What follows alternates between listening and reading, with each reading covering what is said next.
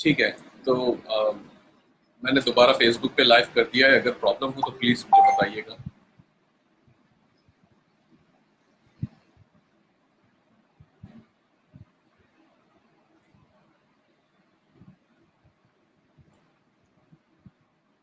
तो अब पेपैल से आप जो है, अगर वो आपके पास पेयोनीर यूएस वाला पेपैल है तो आप उसमें पेयोनीर का बैंक अकाउंट डाल दें, वो मोस्ट लाइकली चल पाएगा। देखिए, मैं आपको जो बात इस वक्त ये बता रहा हूँ ये मेरी पर्सनली टेस्टेड नहीं है, क्योंकि मैं पेपैल का कोई स्टील्थ अकाउंट यूज नहीं करता। और मेरे पास जो चल रहा है वो मेरा अपना है, क्योंकि मेरा यूएस का अपना बैंक अकाउंट है। ठीक है, तो वो कनेक्टेड हुआ हुआ है, और पेपैल का भी अपना मेरा वेरीफाइड अकाउंट है, इसलिए मुझे इन सब चीज़ों के मसले नहीं है। लेकिन मैंने ये सब चीज़ें स्टडी की है, मैंने देखा है लोग कैसे करें, मैंने उनसे कांटेक्ट करके पूछा भी है, जो लोग बेच रहे थे कि जी मैं पेपैल का अकाउंट परचेज करना चाहता हूँ, मैं कैसे इसमें से पैसे विड्रॉ कराऊंगा, तो उनका पेयोनीर से करवाया। बिल्कुल पेयोनीर से ही चलेगा आपके पास, पेयोनीर का बैंक अकाउंट डालेंगे। तो ये बात मुझे इस तरह से लोगों से पता चली। ठीक है, तो ट्राई करें, लेकिन मैं ये कहूँगा किसी को बहुत ज़्यादा पैसे ना दें। किसी से परचेज करते वक्त पहले उसके रिव्यू ज़रूर लें। कुछ लोग बेचते हैं, जब फेसबुक के ग्रुप पे बेचते हैं तो उनके पास और भी लोग, जैसे हमारे फेस ये अमेजॉन एफबीए पाकिस्तान के ग्रुप में एक इसराइली बंदा आया था। आई थिंक उसका नाम था लिलिया या इलिया, आई डोंट नो उसको कैसे प्रोनाउंस करते हैं। लेकिन वो बंदा जो है वो बहुत अरसे से ईबे की हेल्प करता है, यानी कि किसी किसी का अगर ईबे पे नेगेटिव फीडबैक आया है, कोई ऐसा केस ओपन हो गया या लिमिट्स इंक्रीज करानी है, तो वो बहुत उसमें हेल्प करता है। और उसके उसको उसको मैं इसलिए जानता हूँ कि मैंने उसको दूसरे ग्रुप्स में देखा हुआ है। और वो एक एक रेप्यूटेड बंदा है, बहुत अरसे से काम कर रहा है इसके अंदर। तो ये चीज इसके अंदर है। अब एक तो ये सोल्यूशन आपको मिल जाएगा इस तरीके से कि आप पेपैल पेपैल से पैसे कैसे विड्रॉ कराएंगे। ईबे को स्टार्ट करने से पहले जो है कोशिश करें कि पहले अच्छी तरह से समझ लें। ईबे की पॉलिसीज समझना बहुत जरूरी है। ईबे के कुछ रूल्स हैं, कुछ पॉलिसीज इन्होंने बना रखी हैं अपनी, कि जी रिटर्न पॉलिसी क्या होगी, शिपिंग पॉलिसी कैसे होगी, ग्लोबल शिपिंग आप कैसे करेंगे, यानी कि अगर आपने अपने प्रोडक्ट्स जो है वो बेचने हैं इंटरनेशनल मार्केट में, outside the US, if you want to sell, तो वो कैसे आप करेंगे। तो ये सब पॉलिसीज इसके अंदर हैं जो कि बहुत इंपॉर्टेंट है आपको समझना। कुछ कैटेगरीज ऐसी हैं जिन कैटेगरीज के ऊपर कोई स्पेसिफिक बातें लागू हो जाती हैं। ठीक है, तो ये समझना जरूरी है। आप लोग चाहें तो अपने क्वेश्चंस जो हैं वो लिख के बिल्कुल दे सकते हैं।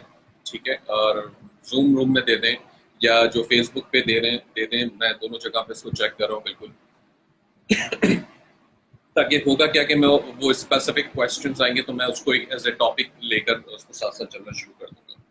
ठीक है, अब आती है बात शिपिंग पॉलिसी पे। तो शिपिंग पॉलिसी के अंदर जैसे अमेजोन के अंदर भी आपको अगर मुझे नहीं पता आपको पता है, यानी कि अमेजोन से या कहीं पे भी आप शिपिंग पॉलिसी जब बनाएंगे तो आपको ये डिफाइन करना जरूरी है कि वो आइटम आप कितने टाइम में हैंडलिंग क्या होगी आपकी, आप कितने टाइम में शिप करेंगे। जब आपको ऑर्डर आएगा तो आप कहते हैं जी मैं 3 बिजनेस डेज में शिपिंग करूंगा, तो दैट मीन्स कि अमेजोन या ईबे दोनों आपसे एक्सपेक्ट करते हैं कि 3 दिन के अंदर अंदर आप ट्रैकिंग नंबर अवेलेबल कर देंगे, कस्टमर को ट्रैकिंग नंबर मिल जाएगा। और that also needs the first scanning to be done. First scanning का मतलब क्या होता है कि फेडेक्स के पास आपका पैकेट गया, फेडेक्स ने उसको पहली स्कैनिंग करी और फेडेक्स की वेबसाइट पे उसने बताना शुरू कर दिया कि पार्सल पिक्ड अप। फेडेक्स हो गया या डीएचएल हो गया या यूएसपीएस या यूपीएस, कोई भी हो गया, तो वो सब बताना शुरू कर देते हैं कि जी पार्सल पिक्ड अप है। तो पार्सल पिक्ड अप में फिर क्या हो गया कि एक पता चल गया कि जी वाकई में आपके यहाँ से वो पैकेट निकल चुका। ठीक है, तो ये बहुत लाजमी है। बाज़ औक़ात कुछ लोग क्या करते हैं कि फेक वो भी डाल देते हैं ट्रैकिंग नंबर, कोई भी ऐसे ही जनरेट कर लिया, या कुछ पुराना ट्रैकिंग नंबर किसी और का था, 3 महीने पुराना, 4 महीने पुराना, 6 महीने पुराना, ऐसा कोई डाल दिया। तो ऐसे ट्रैकिंग नंबर फिर उनको प्रॉपर ट्रैकिंग नहीं दिखाते, और वो फिर आपके लिए लेट शिपमेंट में या इनवैलिड ट्रैकिंग की जो मैट्रिक्स होते हैं अमेजोन और ईबे के, वो दोनों के अंदर आपको नेगेटिव इफेक्ट करते हैं। तो हैंडलिंग टाइम सोच समझ के डालेंगे आप। अगर आप ड्रॉप शिपिंग कर रहे हैं तो जो आपका सप्लायर है उस सप्लायर से स्पेशली जो है वो आपने ख्याल रखना है, देखना है कि वो कितना टाइम लेगा। यानी कि अगर अमेजोन प्राइम से आप आइटम्स परचेज करके ईबे के कस्टमर को शिप करना चाहते हैं तो उससे ये होगा कि प्राइम के आइटम है नॉर्मली अमेजोन 2 दिन में शिप कर देता है, तो वो अब हम 2 दिन या 3 दिन उसका रखते तो खैर मैं तो उसका 3 डेज ही रखता हूँ, क्योंकि मैंने एक डिफॉल्ट पॉलिसी बनाई होती है, तो उसको ज्यादातर मैं यूज कर रहा हूँ। अलबत्ता 3 दिन 2 दिन में भी आप कर सकते हैं। वॉलमार्ट से आइटम्स परचेज करते हैं, वॉलमार्ट के पास स्पेसिफिक आइटम्स होती हैं जिसके आगे लिखा हुआ होता है 2 डे शिपिंग। ठीक है ना, तो 2 डे शिपिंग का मतलब ये होता है कि 2 डे शिपिंग का मतलब ये होता है कि आइटम जो है वो वॉलमार्ट भी 2 दिन में आपको भिजवा देगा, डिलीवरी करवा देगा। और अगर नहीं लिखा तो उसका मतलब फिर आपको एग्जैक्टली नहीं पता होता, नीचे एस्टिमेट्स लिखे हुए आते होते हैं कि अराइवल एस्टिमेटेड, और वो भी जिप कोड के साथ चल रहा होता है। वो एक कोई भी जिप कोड जो आपको उठा रहा होगा वहां के लिए वो एस्टिमेट बता रहा होगा। तो अब आप लाजमी है कि लाजमी है कि आप जो है वो ये सब चीज़ों को नोटिस करें। अगर कोई होम डिपो से कोई आइटम आप परचेज करें, होम डिपो बाज़ औक़ात किसी आइटम के अंदर 3 दिन से भी ज़्यादा लगा देता है। उसकी वजह ये होती है कि अगर आइटम जो है वो थोड़ा सा बल्की है, थोड़ा सा हैवी है, तो वो तमाम उनके स्टोर्स पे हो सकता है अवेलेबल ना हो। जैसे होम डिपो के अंदर जो पोर्टेबल बाथरूम्स हैं वो भी आते हैं, वो भी बेचते हैं, वो ट्रक से डिलीवरी करते हैं, तो वो हर जगह डिलीवरी नहीं करते। तो आपको इस तरह की चीज़ों में ख्याल रखना होता है। खैर ये तो एक बहुत बड़ी एग्जाम्पल मैंने दे दी, अब बाथरूम तो मैं नहीं सेल करने। अल्टीमेटली ये चीज़ों का आपने हैंडलिंग टाइम में खास ख्याल रखना है, क्योंकि अगर 3 दिन से ऊपर हो जाते हैं, अगर आपने 3 दिन डिफाइन किया था और 3 दिन से ऊपर हो जाते हैं उसमें ना, तो आपके लेट शिपमेंट मार्क हो जाती है। ये चीज़ ईबे पर भी होगी और अमेजोन पर भी होगी, ये दोनों के लिए मैं आपको बता रहा हूँ। हैंडलिंग टाइम बहुत इंपॉर्टेंट है जहां पर आप खुद शिपिंग कर रहे हैं। अमेजोन की जब मैं बात कर रहा हूँ तो ख्याल रखें कि अमेजोन का इस वक्त जो बात हो रही है वो FBM के थ्रू हो रही है। FBA सेलर को ये टेंशन इसलिए नहीं है कि हम तो शिपिंग FBA में तो कर ही नहीं रहे ना, वो तो FBA अमेजोन खुद कर रहा है, तो इसलिए हमें वो हैंडलिंग टाइम पूछता ही नहीं। ठीक है, तो एक हो गया हैंडलिंग टाइम का मामला। अब दूसरा हो गया शिपिंग पॉलिसी का। तो ईबे के ऊपर शिपिंग पॉलिसीज मल्टीपल आ रही होती है। Let me see if I can.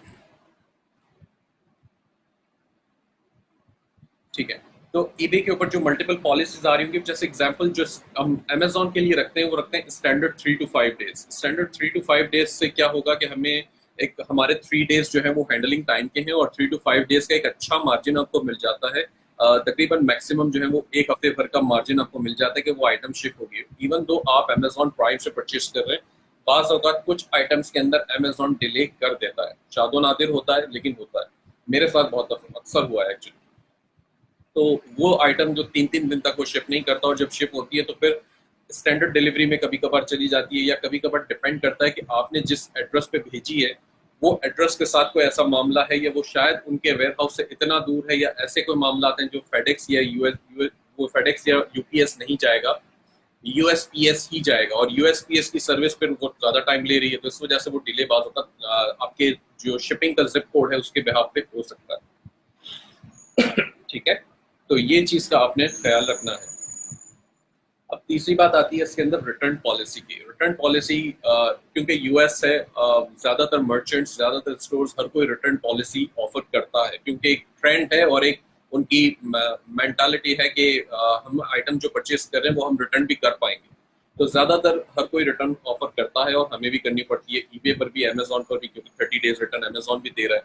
EBay आपको अलाउ करता है कि आप 30 डेज देना चाहते हैं, 60 डेज देना चाहते हैं, या 14 डेज भी आप कर सकते हैं चाहे तो। अब 14 दिन ज्यादा कोई अट्रैक्टिव नहीं है। हम नॉर्मली, मैं अपने पास जो अपने अकाउंट में रखता हूँ वो 30 डेज रखता हूँ। इससे ये होता है कि कस्टमर को एक हैंडसम अमाउंट ऑफ टाइम मिल जाता है कि अगर वो रिटर्न करना चाहता है या कोई प्रॉब्लम आती है तो रिटर्न कर देता है। नॉर्मली होता क्या है कि रिटर्न जब कस्टमर को करनी होगी ना, तो वो शुरू के हफ्ते भर में ही कर देगा। कोई वजह है, अगर आइटम डिफेक्टिव है तो वो फौरन ही आपको कहेगा, डिलीवरी के अगले 1-2 दिन में ही बता देगा कि यार ये आइटम आपकी आई है, डैमेज है, डिफेक्टिव है। तो वो फिर उस सूरत में हम सप्लायर से कांटेक्ट करते हैं।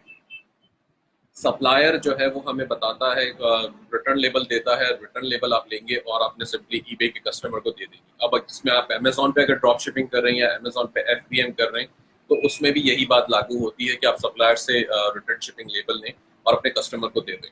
ठीक है, सिंपल तरीका ये है। अब इसके अंदर भी कुछ टर्म्स हैं ईबे के अलग अलग के। अगर बायर रिमोर्स है तो बायर रिमोर्स की सूरत में क्या होगा? बायर रिमोर्स का मतलब ये होता है कि बायर ने अपनी मर्जी से कैंसिल, मतलब आपको बोला कि जी मुझे रिटर्न करनी, मुझे पसंद नहीं आ रही, मुझे कलर पसंद नहीं आ रहा, या साइज मैच नहीं कर रहा, या मैंने गलती से खरीद ली थी, अब इन सूरत हाल में बायर रिमोर्स हो गया, यानी कि बायर की गलती है, तो बायर रिटर्न शिपिंग पे करना, आप मतलब आप चाहो तो रिटर्न शिपिंग चार्ज कर सकते हो, आप चाहो तो रीस्टॉकिंग फी भी चार्ज कर सकते हो, मैक्सिमम लाइक अप टू 20%। तो आप 10% रखो, 5% रखो, या 25%, सॉरी 20% रखो, तो आप ये चार्ज करना चाहो तो आप कर सकते हो। ठीक है, अब इस सूरत में कि अगर आइटम जो है वो आपका डैमेज पहुंचा है, एक सेकंड,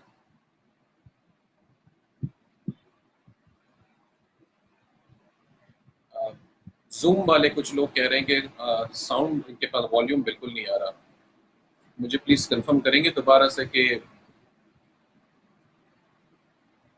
परफेक्ट। ठीक है, तो अब ये जो शबाना कोई है जो मुझे बता रही है कि इनके पास साउंड नहीं आ रहा है, तो आई डोंट नो शबाना, आपके पास मेरे ख्याल से कोई मसला होगा, क्योंकि बाकी सब लोग कह रहे हैं कि उसामा आपके पास वीडियो नहीं आ रही है, तो आप फेसबुक से ट्राई कर लें। अगर फेसबुक पे भी मैंने लाइव किया हुआ है, हमारा जो दूसरा ग्रुप है ई कॉमर्स पाकिस्तान वाला, उसमें।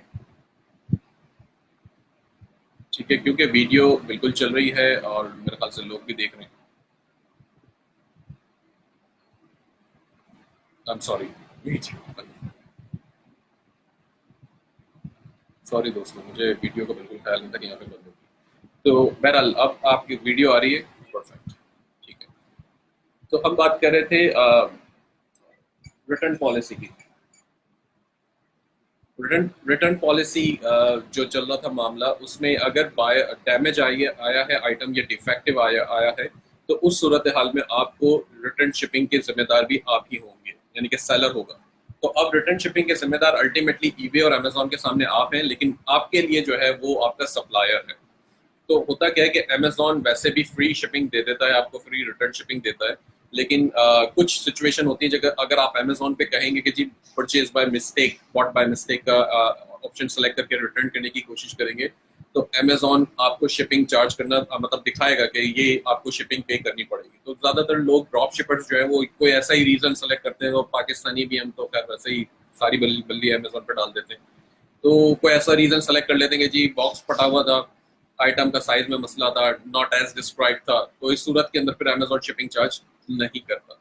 तो ईबे पर मतलब ये अमेजोन की बात उस एज अ बायर कर रहा हूँ। अब मैं एज अ बायर, जब अगर मैंने आइटम अमेजोन से परचेज करके कस्टमर को भेजनी थी, तो इस सूरत में अमेजोन की मैं बात करूँ, तो रिटर्न शिपिंग जब होगी, तो आप फिर ऐसा कोई रीजन सेलेक्ट करेंगे कि अमेजोन जो है वो आपको return shipping free of cost देगा।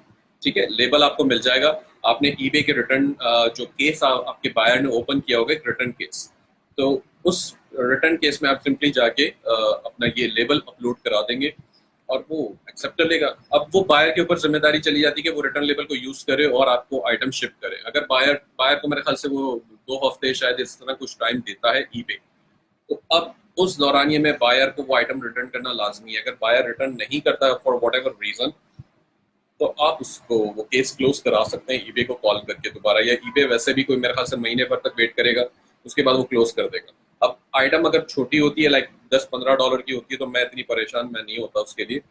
लेकिन अगर आइटम महंगी होती है, लाइक $300-400 की आइटम है मेरे लिए, और क्यों होता क्या है कि ईबे पर जब बायर रिटर्न केस ओपन करेगा, तो पेपैल जो है वो आपके पैसे होल्ड सॉरी पेपैल जो है वो पैसे होल्ड कर लेगा। अब पेपैल पैसे होल्ड करेगा, तो जब तक वो रिटर्न केस क्लोज नहीं होगा ईबे पर से, वो पैसे आपको नहीं मिलेंगे। अब आप कहेंगे यार मुझे वो पैसे चाहिए, मुझे यूज करनी है फॉर वट एवर रीजन, लेकिन वो पैसे आपके ब्लॉक हो गए। अब जब तक वो, तो इसलिए होता क्या है कि फिर अगर 12-10 हफ्ते भर में, या जो भी डेडलाइन ईबे ने बायर को दी है रिटर्न कराने की, और बायर नहीं कर रहा रिटर्न, तो फिर उसके बाद हम जो है डेडलाइन के अगले दिन मैं कॉल करता हूँ ईबे में, मैं उनको बताता हूँ हमने बायर को लेबल दे दिया था, बायर ने रिटर्न नहीं करी, प्लीज क्लोज द केस, तो वो कर देते हैं, तो मसला नहीं। तो रिटर्न के मामले इस तरह से हैं। बस ये आपने ध्यान रखना है कि रिटर्न की जो डेडलाइंस आपको दी गई हैं ईबे, जब रिटर्न केस ओपन होगा तब भी एक डेडलाइन लिखी हुई आ रही होगी साथ के, रिस्पॉन्ड बाय मेरे ख्याल से 3 दिन आगे या 4 दिन आगे की डेट आ रही होगी। तो वो जो डेट्स आ रही होती हैं, बस ख्याल रखेंगे उस दौरान ये में आप उसको रिप्लाई कर दें, उसको रिटर्न लेबल दे दें अरेंज करके, या उसको जो भी सोल्यूशन है वो आप प्रोवाइड कर दें। कुछ केसेस ऐसे होते हैं, जैसे एक सप्लायर है काफी तंग करता है हमें, और रिटर्न शिपिंग के मामले में तो बहुत ही ज्यादा, तो मैंने तकरीबन काम उनसे बंद कर दिया है करना। लेकिन अभी भी कुछ आइटम्स हैं जो उनकी चल रही हैं। अब उस सूरत में उनके साथ उनसे रिटर्न शिपिंग लेना बहुत मुश्किल है, मतलब बहुत तंग करते हैं हमें। तो फिर और आइटम्स छोटी होती हैं, $5 की होती है, $60 की होती है, तो सिंपली जब रिटर्न केस ओपन होता है उसके बारे में, तो मैं पैसे एज इट इज ऐसे ही रिफंड रिफंड कर देता हूँ। कस्टमर से रिटर्न मांगता भी नहीं आइटम, क्योंकि मुझे वहां से रिटर्न लेबल मिलना नहीं है, उनके साथ मुझे फोन के ऊपर आधा आधा घंटा जाया करना पड़ता है। तो मैं कहता हूँ $5 दिए, ऐसे ही रिफंड कर दो, जान छुड़ाओ अपनी। तो और बहुत कम रिटर्न आती है, इतनी ज्यादा रिटर्न नहीं आती है। ठीक है, तो रिटर्न शिपिंग का मामला जो है वो आपका इस तरह से हो गया। अब एक और मामला है, एक और बात आती है इसमें ग्लोबल शिपिंग की। तो ग्लोबल शिपिंग प्रोग्राम में आप इसको अपने आप को इनरोल करा सकते हैं ईबे पर। ग्लोबल शिपिंग प्रोग्राम का फायदा ये होता है कि आपकी जो प्रोडक्ट है वो फिर ईबे जो है वो इंटरनेशनल बायर्स को भी दिखाना शुरू कर देता है। ठीक है, अब बायर अगर कहीं इसराइल में बैठा है, इटली में बैठा है, स्पेन में बैठा है, ऑस्ट्रेलिया में बैठा है, और आप यूएस से बेच रहे हैं, लेकिन क्योंकि वो आइटम आपकी ग्लोबल शिपिंग में मौजूद है, तो इसलिए वो ईबे उसको भी दिखा रहा होगा कि ये जी आपको आइटम मिलेगी। अब ईबे उससे शिपिंग चार्ज कर रहा होगा, वट एवर शिपिंग उसकी बनती होगी, $50 बनी है, चाहे आपकी आइटम $5 की हो, $10 की हो, उसको जो शिपिंग ऑस्ट्रेलिया शिप करने के लिए चाहिए वो वही चार्ज करेगा। ठीक है, तो अब बायर पे डिपेंड करता है कि बायर परचेज करना चाहता है या नहीं। तो बायर अगर परचेज करना चाहता है तो उस सूरत में ये होता है कि ईबे उनको एक अमाउंट बताएगा, बायर वो पे करेगा आपको। ईबे जो है वो अपना केंटकी स्टेट जो है उसमें अर्लांगर एक इनका शहर है जहां पर इनका एक फ्रेट फॉरवर्डिंग का सेंटर है। वो फ्रेट फॉरवर्डिंग का आपको एड्रेस देगा ईबे बायर के लिए, नाम बायर का होगा, उसमें एक ORE करके रेफरेंस नंबर होता है, और आखिरी में जो है वो कंट्री का जो कोड होता है ना, जैसे यूनाइटेड किंगडम का यूके है, तो वो आखिरी में कंट्री का कोड लगा होगा।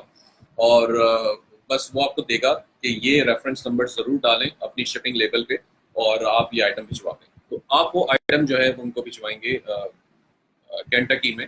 वो एड्रेस डालेंगे। अगर आप फॉर एग्जांपल ईबे के कस्टमर ने परचेज किया और वो आइटम आपने अमेजोन से खरीदनी थी, तो सिंपली वो एड्रेस केंटकी का उठा के डाल दें और रेफरेंस नंबर डाल दें। एड्रेस 2 की जो लाइन होती है ना, स्ट्रीट एड्रेस 2 की, उसमें आपने वो रेफरेंस नंबर डाल दिया है और आप वो आइटम शिप करा दें।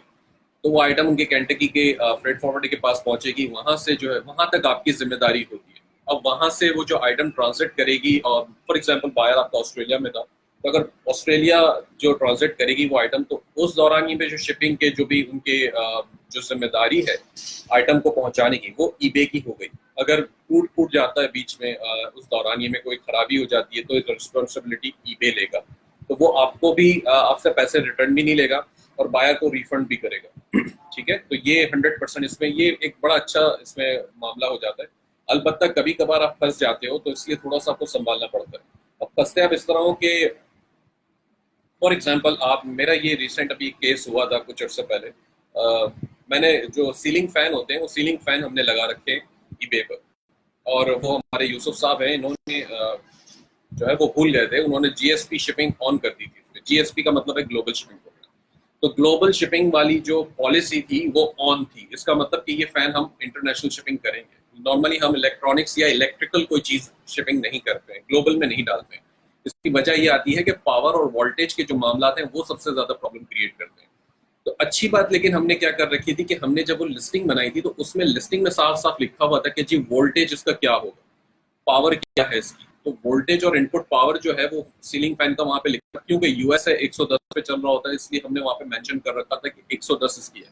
अब वो बंदे ने मंगवाई इसराइल, ठीक है, इसराइली था, उसने परचेज किया, हमने भिजवा दिया आइटम, क्योंकि ऑर्डर आ चुका था इसलिए भेजना जरूरी था, मैं कैंसिल नहीं करना चाहता था। अब वो आइटम जब उनके पास पहुंची तो वो बायर ने सिंपली मैसेज करके मुझे हैरेस करना शुरू कर दिया। इतना मतलब कहते हैं ना कि वो मेरे ऊपर हावी होने की कोशिश की कि तुमने ये चीजें चेक क्यों नहीं करी, मुझे आपने फैन गलत भिजवाया है, क्योंकि मेरे यहाँ तो जो है वो पावर 230 है, आपने 110 वाला मुझे कैसे भेज दिया। तो पहले तो मैंने सबसे पहले जाके अपनी लिस्टिंग चेक करी कि मेरी लिस्टिंग गलत तो नहीं है, ऐसा तो नहीं है मेरी लिस्टिंग में नहीं लिखा हुआ। मैंने लिस्टिंग चेक कर ली, हमने इंश्योर कर लिया कि जी 110 यहाँ पे लिखा हुआ है, बिल्कुल सही। तो हम बिल्कुल अपनी जगह पर ठीक है। अब मैंने जो है वो बायर को रिस्पॉन्ड किया, मैंने स्क्रीनशॉट लिया अपनी ईबे के आइटम का, और मैंने कहा ये हमने लिखा हुआ यहाँ पे 110 की, आप किस कंट्री में बैठे हो इसके जिम्मेदार हम नहीं है। ठीक है ना, दुनिया में 150 से ज्यादा 200 से ज्यादा अगर कंट्रीज हैं, तो मैं सबके वोल्टेज की लिस्ट बना के नहीं बैठा हूँ यहाँ पे और मैं आपको वही आइटम हम यूएस में बेच रहे हैं, आपने खरीदा है तो ये जिम्मेदारी आपकी। ये मैंने पूरा इसी तरीके से इंग्लिश में लिख के उसको दे दिया। तो बहरहाल उसने केस ओपन कर दिया और ईबे के ऊपर फिर ईबे भी इन्वॉल्व हुआ बीच में। मैंने फोन किए 3-4 मुझे करने पड़े। मैंने सीनियर्स उनके सुपरवाइजर से भी बात की, क्योंकि एक दो बीच में बंदे मिलते हैं कभी कभार ऐसे जो आपको सपोर्ट या हेल्प नहीं करते ईबे पर। जब आप कॉल करते हैं तो हो सकता है कि वो आपसे बात ना करे सही से, या आपको कोई ऐसा रीजन देगा जो आपका जिससे आपका मसला हल नहीं होगा। हम करते क्या है कि हम उनसे बहस नहीं करते, हम रख देते हैं फोन। ठीक है, मैंने फिर दूसरी दफा दोबारा मिला है, 10 मिनट बाद मैंने दोबारा कॉल कर दी। मैंने फिर वही स्टोरी नए सिरे से सुना दी उसको। मैंने कहा ये मसला मेरे साथ है। उसने देखा, उसने थोड़ा सा मुझे फेवरेबल रिप्लाई दिया। फिर उसने मुझे स्टोरी बताई आप क्या करना है नेक्स्ट। बहरहाल जो भी बातें थी उसके एंड ऑफ द डे मैंने उसके सुपरवाइजर से भी बात की और केस मैंने ही विन किया, क्योंकि जो पैसे पेपैल ने होल्ड कर रखे थे वो भी रिलीज हो गए। आइटम हमको रिटर्न नहीं करनी पड़ी। अलबत्ता उन्होंने ईबे ने डिसीजन ये लिया कि ये सेलर जो है वो अपनी जगह पे फेयर है, इसने बिल्कुल सही काम किया हुआ है। फिर भी उन्होंने एज अ गुड लाइक वो कहते हैं ना कि गुड फेथ में उन्होंने बायर को भी पैसे रिटर्न कर दिए। तो अब जो उसने नेगेटिव फीडबैक डालना था मेरे लिए वो डाला उसने। और हमने जब कॉल की ईबे को कि जी ये केस इस तरह ओपन हुआ था, मैंने इस तरह ये सारी बातें की थी, पूरी स्टोरी उसको एक दफा दोबारा मुझे सुनानी पड़ी। अलबत्ता उन्होंने वो नेगेटिव फीडबैक भी रिमूव कर दिया। क्यों? क्योंकि बात यही थी, एंड ऑफ द डे ये स्टोरी सुनाने का मकसद ये है कि ख्याल रखें कि आपने अपनी तरफ से डिटेल पूरी दे रखी है। ठीक है, ईबे के जो आपकी लिस्टिंग का पेज है। तो ये चीज़ है। अब हम कुछ क्वेश्चंस देख लेते हैं। जूम के ऊपर क्वेश्चंस पड़े हुए मेरे ख्याल से काफी सारे।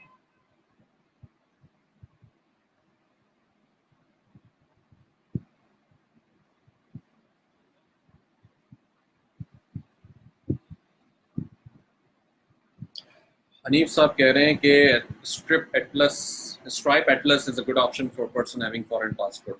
स्ट्राइप एटलस पाकिस्तान में तो नहीं चलता हनीफ साहब, और जिस कंट्री में चलता है मेरे ख्याल से वो लिस्ट आपको उठा के देखनी पड़ेगी। मुझे एग्जैक्टली नहीं पता कहाँ कहाँ पे सपोर्ट करेगा वो।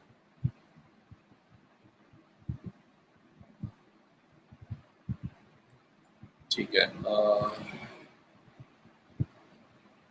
Anuvasani. I just want to know how to list 1,000 products on my eBay account as doing dropshipping. देखिए, 1,000 प्रोडक्ट्स आपको लिस्ट करनी है तो एक साथ करना फजूल है। आप बिल्कुल कर सकती हैं, लेकिन फजूल हो जाएगा इसलिए कि अगर वो आइटम्स आपकी रिसर्च की भी नहीं है, ऑप्टिमाइज नहीं है, तो वो आपको कोई फायदा नहीं देंगी।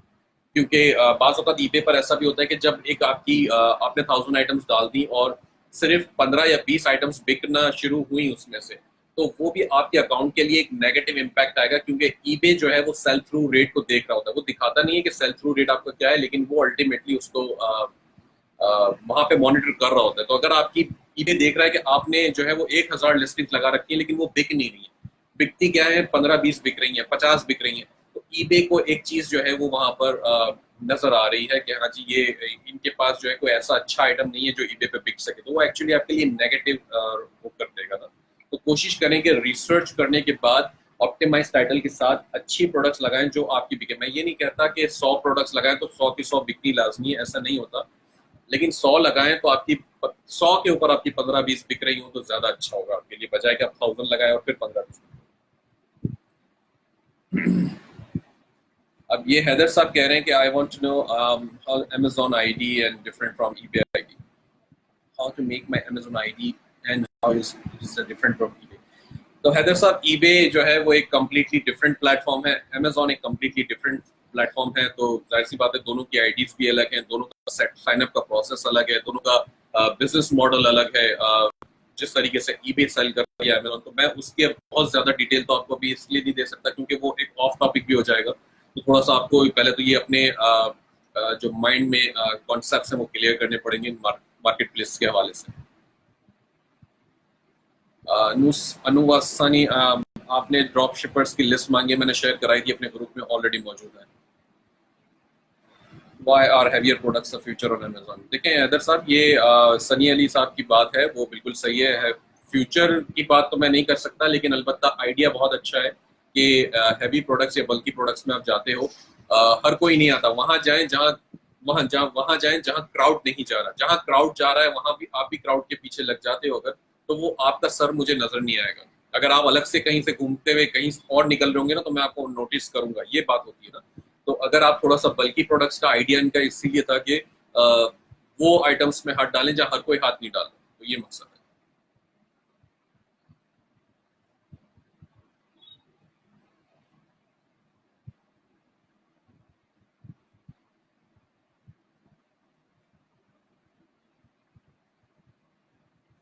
शबाना ने मेरे ख्याल से हाथ रेस किया हुआ है, आप चाहें तो ऑन कर दूं आपको मैं जैसे। आप बोलना चाहें तो अनम्यूट करके बोल सकती हैं शबाना, मेरे ख्याल से आपके पास अथॉरिटी है, आ रही हो।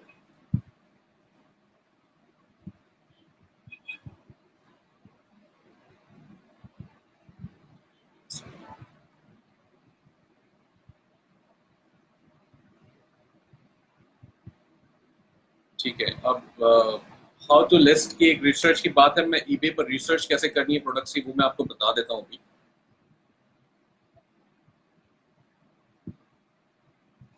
जी फराज, ये रिचर्ड ब्रांसन है, इनके अलावा और भी लोग लगे हुए हैं पीछे मेरे लैपटॉप, मेरी दीवार पे। तो ये वो लोग हैं जिनको मैं स्टडी भी करता हूँ और ये मेरे लिए भी एक इंस्पिरेशन क्रिएट करते हैं, तो मैं काफ़ी टाइम पहले से ही लगी हुई है। ठीक है, जिशान कहते हैं how about eBay to eBay drop shipping. Sorry, Sameer कहते हैं अबाउट ईबे से ईबे ड्रॉप शिपिंग आप करना इसलिए रिकमेंडेड नहीं है समीर के, जब ईबे पर से आप आइटम किसी से परचेज करेंगे अपने ईबे के कस्टमर के लिए, तो जिससे आपने परचेज की है वो जो ट्रैकिंग आपको देगा वो आपका ईबे का अकाउंट जो है उस ट्रैकिंग को एक्सेप्ट नहीं करेगा, ये कहेगा कि tracking is already active on another shipment और ऑर्डर। तो उसका मतलब ये हो गया कि ईबे के पास ट्रैकिंग ऑलरेडी मौजूद है, अब सेम ट्रैकिंग आप दोबारा डालेंगे तो वो एक्सेप्ट नहीं करेगा, वो एरर दे देगा। तो अब आपका जो मैट्रिक होगा वो खराब हो जाएगा, यानी मैट्रिक से मुराद आपकी जो परफॉर्मेंस उसके पास इनवैलिड शिपमेंट की आ रही है, इनवैलिड ट्रैकिंग की जो वो आ रही है वो खराब हो जाएगी। इसलिए ईबे से ईबे करना रिकमेंडेड नहीं है। पाकिस्तान, जीशान पाकिस्तान से आप ड्रॉप शिपिंग मुझे नहीं लगता कि करना मुनासिब है, क्योंकि वो जो प्रॉब्लम्स बहुत सारे हैं, मैं पाकिस्तान के, मैं चाइना से भी रेकमेंड नहीं करता। लोग तो अली एक्सप्रेस से भी कर रहे हैं, बैंगुड से भी कर रहे हैं ड्रॉप शिपिंग, लेकिन मैं इसलिए नहीं प्रेफर करता कि बहुत लंबे जो आपके टाइम फ्रेम आएंगे ना, कोई इतना वेट करना नहीं चाहता, और करना कर भी लेगा तो फिर उसको आइटम मिली नहीं मिली, फिर ये सारी प्रॉब्लम्स आपके लिए बहुत ज्यादा बन जाएगी। और उसके बाद भी फिर आपके लिए जो रिटर्न्स के केसेस ओपन हो जाएंगे। आपने अगर महंगी आइटम बेच दी है, ठीक है, आपने $20 की आइटम बेची, $20 मैं जब यूएस के उसमें बैठ के बेच रहा हूँ तो मुझे $20 ही है, लेकिन जब आपने यहाँ से आइटम उठा के भेजी है तो वो मेरे लिए जो है वो 2200-2500 रुपए की है, क्योंकि इस वक्त डॉलर $125 का है। तो वो मेरे लिए $2500 की आइटम है, और उसके लिए रिटर्न खुल गया अगर, तो मैं फिर क्या, मेरे लिए तो यहाँ पर तो $2500 का नुकसान हो गया ना। मतलब 2500 एक दफा बर्दाश्त कर लेंगे, 2 दफा कर लेंगे, वरना कितनी दफा करेंगे, तो ये प्रॉब्लम आपके पास आएगा। अहमद मेमन, अहमद भाई, will there be another session for selling private label items on Amazon FBA और eBay? Pros and con, Ahmed मैं आपसे ये कहूंगा कि बहुत सारे लोग करते हैं ईबे के ऊपर तो बेशुमार एफबीए की जो आपकी सेल्स हैं उसमें अच्छा खासा हाथ जो है वो ड्रॉप शिपर्स का है, जो ईबे पर बेच रहे हैं। बिल्कुल हर कोई उठा के परचेज कर रहा है, और एफबीए की प्राइवेट लेबल्ड आइटम्स ही बिक रही हैं। मैंने खुद जो है वो शावर हेड्स इतने सारे बेचे हैं जो कि चाइना से, मेरे ख्याल से अली बाबा के ऊपर जो है वो $2-2 के शावर हेड्स पड़े हुए हैं जो स्टोन स्ट्रिंग वाले आते हैं, और अमेजोन के ऊपर वही शावर $11 का, $12 का बिकता है, वो हम उठा के ईबे पर बेचते हैं तो वो $17 का, $16 का, $18 का। उससे होता क्या है कि एंड ऑफ द डे हमें उसके ऊपर $2 मिल जाते थे, और दिन के अंदर जो है वो 4-4 6-6 शावर्स वाले निकल रहे होते थे। अब नहीं बिकते वो, मेरे ख्याल से समर के अंदर ज्यादा चल रहे थे। लिस्टिंग टाइम, तनवीर साहब, लाइक 30 डेज या टिल एंड, जो लिस्टिंग टाइम फ्रेम होता है वो गुड टिल कैंसल्ड होता है, जीटीसीबी जैसे कहते हैं। आप 30 डेज इसलिए नहीं लगाते हो कि जब आपकी आइटम अगर 30 डेज में फॉर एग्जांपल 10 दफा बिक गई है, तो वो जो 10 दफा की जो सेल्स हिस्ट्री है वो आपकी जाया हो जाएगी। अगर 30 डेज की लिस्टिंग है तो फिर आप उसको रीलिस्ट करेंगे तो वो जो सेल्स हिस्ट्री आपकी थी वो वापस उसके साथ नहीं कनेक्ट होगी, ईबे का आइटम आईडी चेंज हो जाएगा।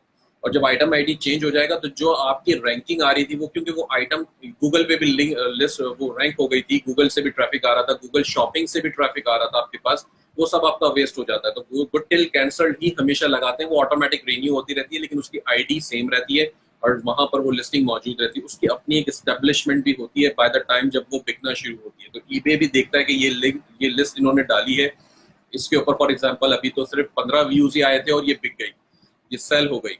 तो उससे फायदा ये होता है कि जब आपकी आइटम ईबे इस तरह देखता है कि व्यूज इतने ज्यादा नहीं है लेकिन सेल हो रही है, तो वो एक उसकी अपनी एक बहुत अच्छी स्ट्रेंथ बन जाती है उसके ऊपर, और फिर उसको ईबे ज्यादा प्रमोट करता है। वो देख रहा है, सी बात है, वो अमेजोन की तरह ही वो देख रहा है एक सेलर एक आइटम को बेच रहा है, बिक रही है, अच्छी बात है, चलो इसको और ट्रैफिक दो, इसको और बेचने की कोशिश करो। तो ये तरीका है। फहद शेख कहते हैं can't we create our own shipping label. Fahad, आप क्रिएट शिपिंग लेबल करेंगे तो उससे क्या होगा? क्या आप उसकी बात कर रहे हैं रिटर्न लेबल के लिए या शिपिंग के लिए, मुझे नहीं पता। लेकिन शिपिंग लेबल आप क्रिएट कर सकते हैं, लेकिन ज़रूरत आपको इसमें है नहीं। आपका रिटर्न का अगर मामला है तो भी आपको आपका सप्लायर देगा, और अगर वैसे आप शिप करा रहे हैं, परचेज करके बेच रहे हैं एक आइटम को, तब भी वो बंदा जो भी आपका सप्लायर है वो शिप कर रहा है, तो उसमें वो कहानी शामिल होगी। पेपैल जो है मोहम्मद आपका यूएई का है, बिल्कुल चलेगा, एज लॉन्ग एज के वो वेरीफाइड है वो चलेगा। Arsalan does eBay has fulfilment bye eBay? नहीं अरसलान, ऐसा नहीं है, एफबीए वाला सिस्टम ईबे पर नहीं है। उसके अंदर एक ऑप्शन है मेरे ख्याल से, वैले जिसे कहते हैं, जैसे वैले पार्किंग होती है, आपने अपनी गाड़ी उनको दे दी, वो खुद लगाते रहेंगे पार्किंग में। ईबे के पास एक वैले का ऑप्शन था मेरे ख्याल से, मुझे नहीं पता कि अभी भी वैलिड है या नहीं, लेकिन बहुत पहले मैंने पढ़ा था कि आपने अपनी आइटम्स जो है वो ईबे को दे दी, वो ईबे बेचेगा खुद, उनकी अपनी जो टीम है इन हाउस, वो फिर अब उसको लिस्ट करेगी और वो बेचेगी। तो ये वैले वाला एक ऑप्शन उसमें था, लेकिन उसके अंदर भी वो उनकी कोई कंडीशन है, कोई सर्टन कैटेगरीज पे ही काम करते हैं, वो तमाम कैटेगरीज के ऑप्शन नहीं एक्सेप्ट करते। और उसमें एक और कंडीशन ये भी थी कि वो यूज आइटम को ही उठाते थे, यानी कि अगर आपने घर या आपने आपका गराज है, वो गराज को आपने खाली करना है या उसके अंदर से बहुत सारी चीजें निकली और आपने ईबे को उठा के एक साथ दे दी, जी ये बेच दो और मुझे पैसे दे देना, तो ये इस तरीके से वो काम करता है। कैन वी सेल ऑन साहब कह रहे हैं can we sell big brands mid tier brands eBay by dropshipping? बिल्कुल बेच सकते हैं। ईबे के अंदर एक और चीज यहाँ पे आपको बता दूं, एक सिस्टम होता है वेरो, VERO, उसका मैं लिंक आपसे शेयर करा दूंगा। वेरो से क्या होता है कि उसमें वो आइटम्स, वो ब्रांड्स लिखे हुए हैं, बाकायदा उससे लिस्ट बना रखी है जिसके अंदर हैवलेट पैकर्ड HP भी शामिल है, डेल भी शायद शामिल है। तो वो तमाम आइटम्स या वो तमाम ब्रांड्स के आइटम जो है वो अलाउ नहीं करता बेचना, तो आप ना डालें वो ऐसी आइटम। वो वेरो का जो पेज है उसको गो थ्रू करें। और इसका भी एक आसान हल ये है कि जो लिस्टिंग टूल आप यूज कर रहे होंगे जब ड्रॉप शिपिंग करते वक्त, तो वो ज्यादातर लिस्टिंग टूल के अंदर ये वेरो जो है वो बिल्ट इन लगा होता है। तो बिल्ट इन लगने से फायदा ये होता है कि जब आप आइटम डालते हैं और तो वो उसको चेक कर लेता है ऑटोमेटिकली उसके ब्रांड को कि ये वेरो में तो नहीं है, अगर वेरो में होगा तो वहीं पर आपको रोक देगा एरर देके। ठीक है, ये आपको हो गया। AMZ स्काउट इज बेस्ट और नॉट? मैं उस्मान साहब AMZ स्काउट का सिर्फ जो FBA कैलकुलेटर का प्लगइन है वो यूज करता हूँ, वही मैंने लोगों को दिखाया भी है। मैं अगर आप AMZ स्काउट को एज अ पूरा प्राइवेट लेवल के लिए इस्तेमाल करने के बारे में पूछे तो अनफॉर्चुनेटली आई एम सॉरी, मैं प्राइवेट लेवल में इतना ज्यादा वो नहीं रखता हूँ, तो इसलिए मैं उसकी बात आपसे नहीं कर पाऊँ। फराज कह रहे हैं जिक एनालिटिक्स फॉर ईबे और टेरापीक। तो टेरापीक जो है वो बहुत पुराना एक सॉफ्टवेयर है जो चल रहा था, अब चूंकि ईबे ऑलरेडी उसको एक्वायर कर चुका है, टेक ओवर कर चुका है, तो आप टेरापीक को यूज कर सकते हैं। लेकिन टेरापीक आपको एग्जैक्टली ड्रॉप शिपिंग के हवाले से डाटा नहीं देता, वो ये डाटा देता है कि ईबे पे क्या बिक रहा है। अब जिक एनालिटिक्स जो है उनकी परसेप्शन आई मीन थोड़ा सा सोच इसलिए डिफरेंट है क्योंकि वो जिक एनालिटिक्स का बनाने वाला जो बंदा है, नाहर उसका नाम है, इजरायली है, और तो वो बंदे खुद जो है वो ड्रॉप शिपिंग कर रहा है, तो उसने उन चीजों को दिमाग में रखते हुए वो सॉफ्टवेयर बनाया है, तो वो ज्यादा आपको हेल्प करेगा जिक एनालिटिक्स कंपेयरिंग टू टेरापीक। टेरापीक जो है वो एक जनरल मतलब बहुत पुराना है और ड्रॉप शिपिंग के लिए स्पेसिफिक नहीं है। ठीक है, तो ये मेरा पॉइंट ऑफ व्यू, मैंने दोनों यूज कर रखे हैं, टेरापीक भी मैंने यूज किया है और जिक एनालिटिक्स भी यूज किया। सफीर कह रहे हैं best way to find products. मैं अभी आपको बता देता हूँ उसका रिसर्च का तरीका, इसमें क्वेश्चन तो बहुत सारे जमा हो गए हैं। तो बहरहाल रिसर्च का तरीका ये है, रिसर्च के 2-3 तरीके हैं। एक और सर्विस है जिसका नाम है प्राइस फॉक्स है, जिक एनालिटिक्स एक ऑप्शन है आपके पास। जिक एनालिटिक्स मेरे ख्याल से $30 पर मंथ है, और इनको अगर आप पूरे साल भर की पेमेंट करते हैं तो मेरे ख्याल से $20 पर मंथ आपको पड़ता है।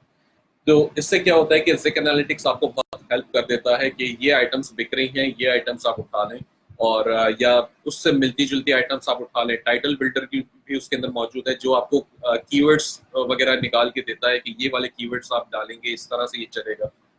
तो इस हवाले से जिक एनालिटिक्स एक ऑप्शन आपके पास है। दूसरा ऑप्शन आपके पास जो आता है वो है एक और सर्विस है SKU स्क्रैपर। SKU स्क्रैपर से क्या होगा कि आपको वो सिंपली स्कैन करता है ईबे के सेलर्स को।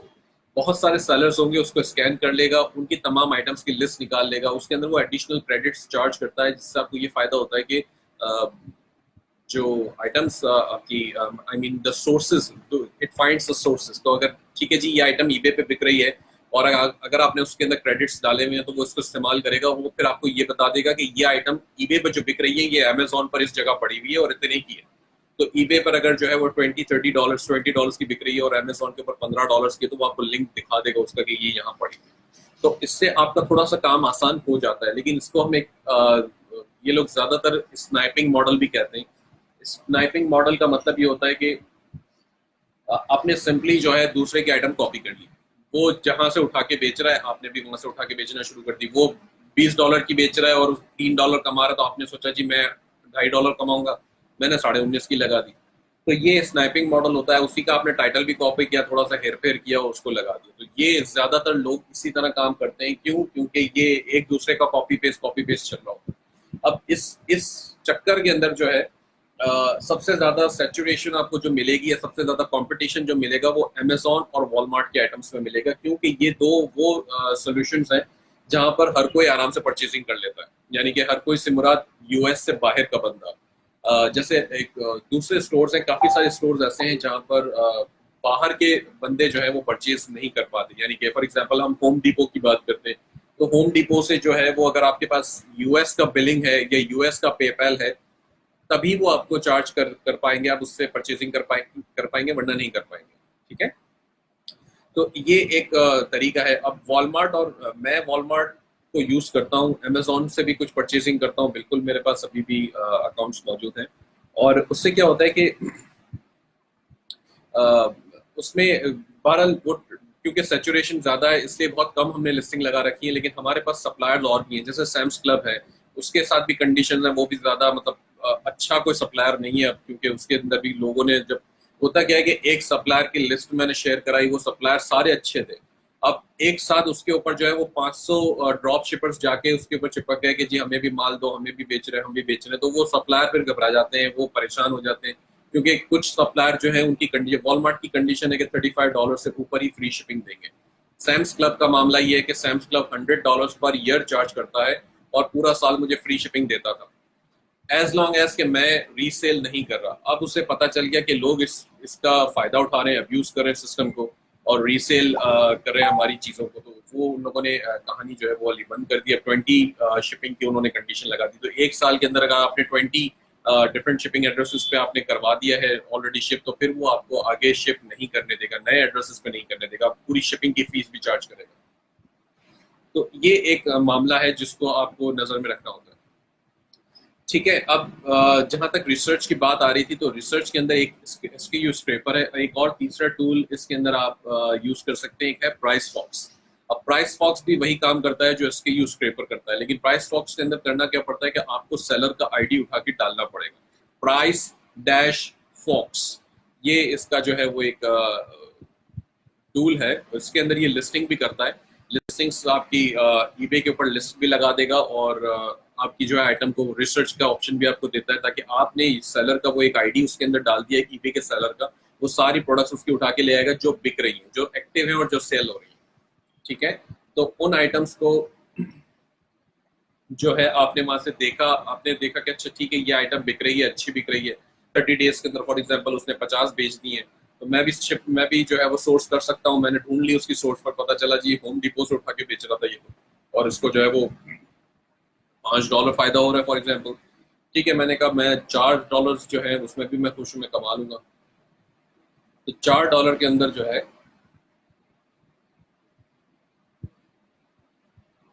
$4 मैंने जो है वो वहां पर उसके लगा दिए और उसको बेचना शुरू कर दिया। तो इससे क्या होता है कि सारी स्नैपिंग का मॉडल हर दफा काम नहीं करता, सारी चीजों में जो है वो स्नैपिंग काम नहीं करती, लेकिन ज्यादातर काम करती है। आपको रिसर्च नहीं करनी पड़ती, आप दूसरे की जो रिसर्च है आप सिंपली उसको कॉपी कर लेते हैं अपने पास और आप भी बेचना शुरू कर देते हैं। तो इस तरीके से ज्यादातर काम ईबे पर हो रहा है और लोग कर रहे हैं।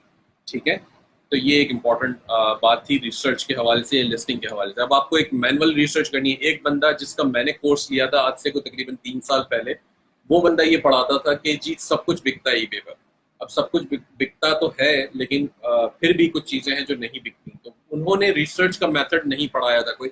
उन्होंने कहा होम डिपो पे आपको जो अच्छा लगे उठा के ईबे पर डाल दो, बस डालो, बेचना शुरू करो, कुछ भी लिस्ट करना शुरू करो। ये उनकी मेथडोलॉजी थी। लेकिन अब के जमाने में ऐसा लगता है कि वो काम नहीं करती है। अगर बहुत ज्यादा चीजें डाल दी हैं तो ईबे, वही जो पहले बात मैंने बताई कि वो चेक कर रहा था कि कितनी आपकी सेल थ्रू रेट है। अगर वो सेल थ्रू रेट आपको गिर जाता है तो फिर आपके लिए प्रॉब्लम्स क्रिएट होना शुरू हो जाती है, वो आपकी सेल और गिरती जाती है। ठीक है, अब मैं क्वेश्चंस और देख लेता हूँ। जी अनुवासनी, ये सही है। आप यूएस का कोई एड्रेस दे सकते हैं फ्रेंड का, और ठीक है उसको डाल देंगे, मसला नहीं। रिटर्न लेबल के ऊपर अपना एड्रेस होगा सप्लायर का। टॉप रेटेड सेलर कैसे बनेंगे यूजिंग ब्रोशर? सफीर, आप टॉप रेटेड सेलर इस तरह बनते हैं कि आपका जो है वो 95% से ऊपर आपका रेट हो वैलिड ट्रैकिंग का और नॉन लेट शिपमेंट का। ठीक है ना, आपकी शिपमेंट लेट नहीं होनी चाहिए। वैलिड ट्रैकिंग का जो है आपका रेट 95% से अबव हो, तो आप जो है मेरे ख्याल से एक आध महीने या जितने टाइम के अंदर भी आपका होता है तो वो आपको ईबे टॉप रेटेड सेलर आपका वो दे देता है बैच। आमिर कहते हैं DIY product based in Dubai, having inventory and warehouse, I have product on eBay which is not selling well. तो आमिर साहब, ये आपको एक पर्सनल आपका मतलब उसमें आ रहा है, तो जाहिर सी बात है ये देखना पड़ेगा क्यों आपकी सेल नहीं हो रही। रिसर्च करना जरूरी है। आपकी जो आइटम्स हैं वो आप चेक करें, दूसरे लोग सेल कर रहे हैं नहीं कर रहे हैं, कैसे सेल करें। हो सकता है कि आपके टाइटल के ऊपर कीवर्ड्स ना हो। ये भी देखें व्यूज कितने आ रहे हैं, वॉचर्स आ रहे हैं या नहीं आ रहे हैं। वॉचर्स भी इंपॉर्टेंट होते हैं, क्योंकि अगर लिस्टिंग के ऊपर वॉचर्स ज्यादा लग रहे हैं तो भी ईबे आपकी लिस्टिंग को स्ट्रेंथ देता है। तो वॉचर्स इंपॉर्टेंट है। eBay promotions promoted listings not working for me, even tried more than trending rates। तो समीर, ट्रेंड ये बिल्कुल है ऐसा, कुछ आइटम्स के अंदर प्रोमोटेड लिस्टिंग्स मेरे लिए भी काम नहीं करती है और ट्रेंडिंग रेट से ज्यादा लगा रखे होते हैं। उसका एक सोल्यूशन, एक जो रीजन हमें नजर आता है, वो सिंपल रीजन ये आता है कि प्रोमोटेड लिस्टिंग के अंदर भी सैचुरेशन इतनी ज्यादा हो जाती है कि ईबे बाज़ औक़ात वो आपको वेट नहीं दे पाता इतना जितना दूसरे लोगों को वेट। वहां पर भी वो ये चीजें चेक कर रहा है कि आपकी लिस्टिंग का स्ट्रेंथ क्या है, आपकी परफॉर्मेंस हिस्ट्री आपकी खुद की कैसी है, आपके सेलर की।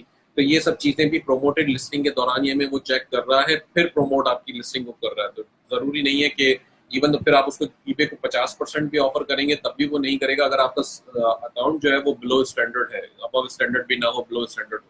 ठीक है, तो ये एक रीजन हो सकता है। EBay is cheaper than Amazon. मुझे मौसम साहब आपकी बात समझ में नहीं आई। चीपर ईबे या अमेजोन नहीं है। चीपर और हायर जो होती है उनकी प्रोडक्ट्स होती है, कौन सी प्रोडक्ट कहाँ पर बिक रही है। अमेजोन स्लाइटली महंगा होता है क्योंकि प्राइवेट लेबल लोग कर रहे हैं, वो अपने प्राइस तय करते हैं। ईबे के ऊपर जो है कुछ लोग बैठे हैं, होलसेलर्स भी बैठे हैं, वो तो अमेजोन पे भी बैठे हैं।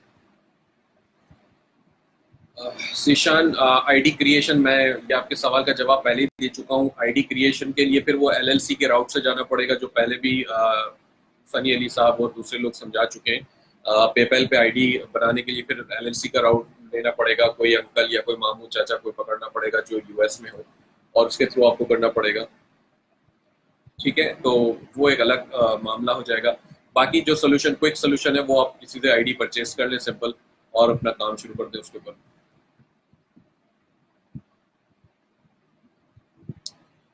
समीर कह रहे हैं रिव्यूज के बारे में, तो रिव्यूज मैसेजेस आप करते हैं ऑटोमेटिक जो जाते हैं, आप खुद रिव्यू देना ना भूलें। आप ख्याल रखेंगे आप बायर को रिव्यू दे रहे हैं या नहीं। बायर को फीडबैक आप देंगे तभी बायर आपको देगा, ये ज्यादातर देखा गया है।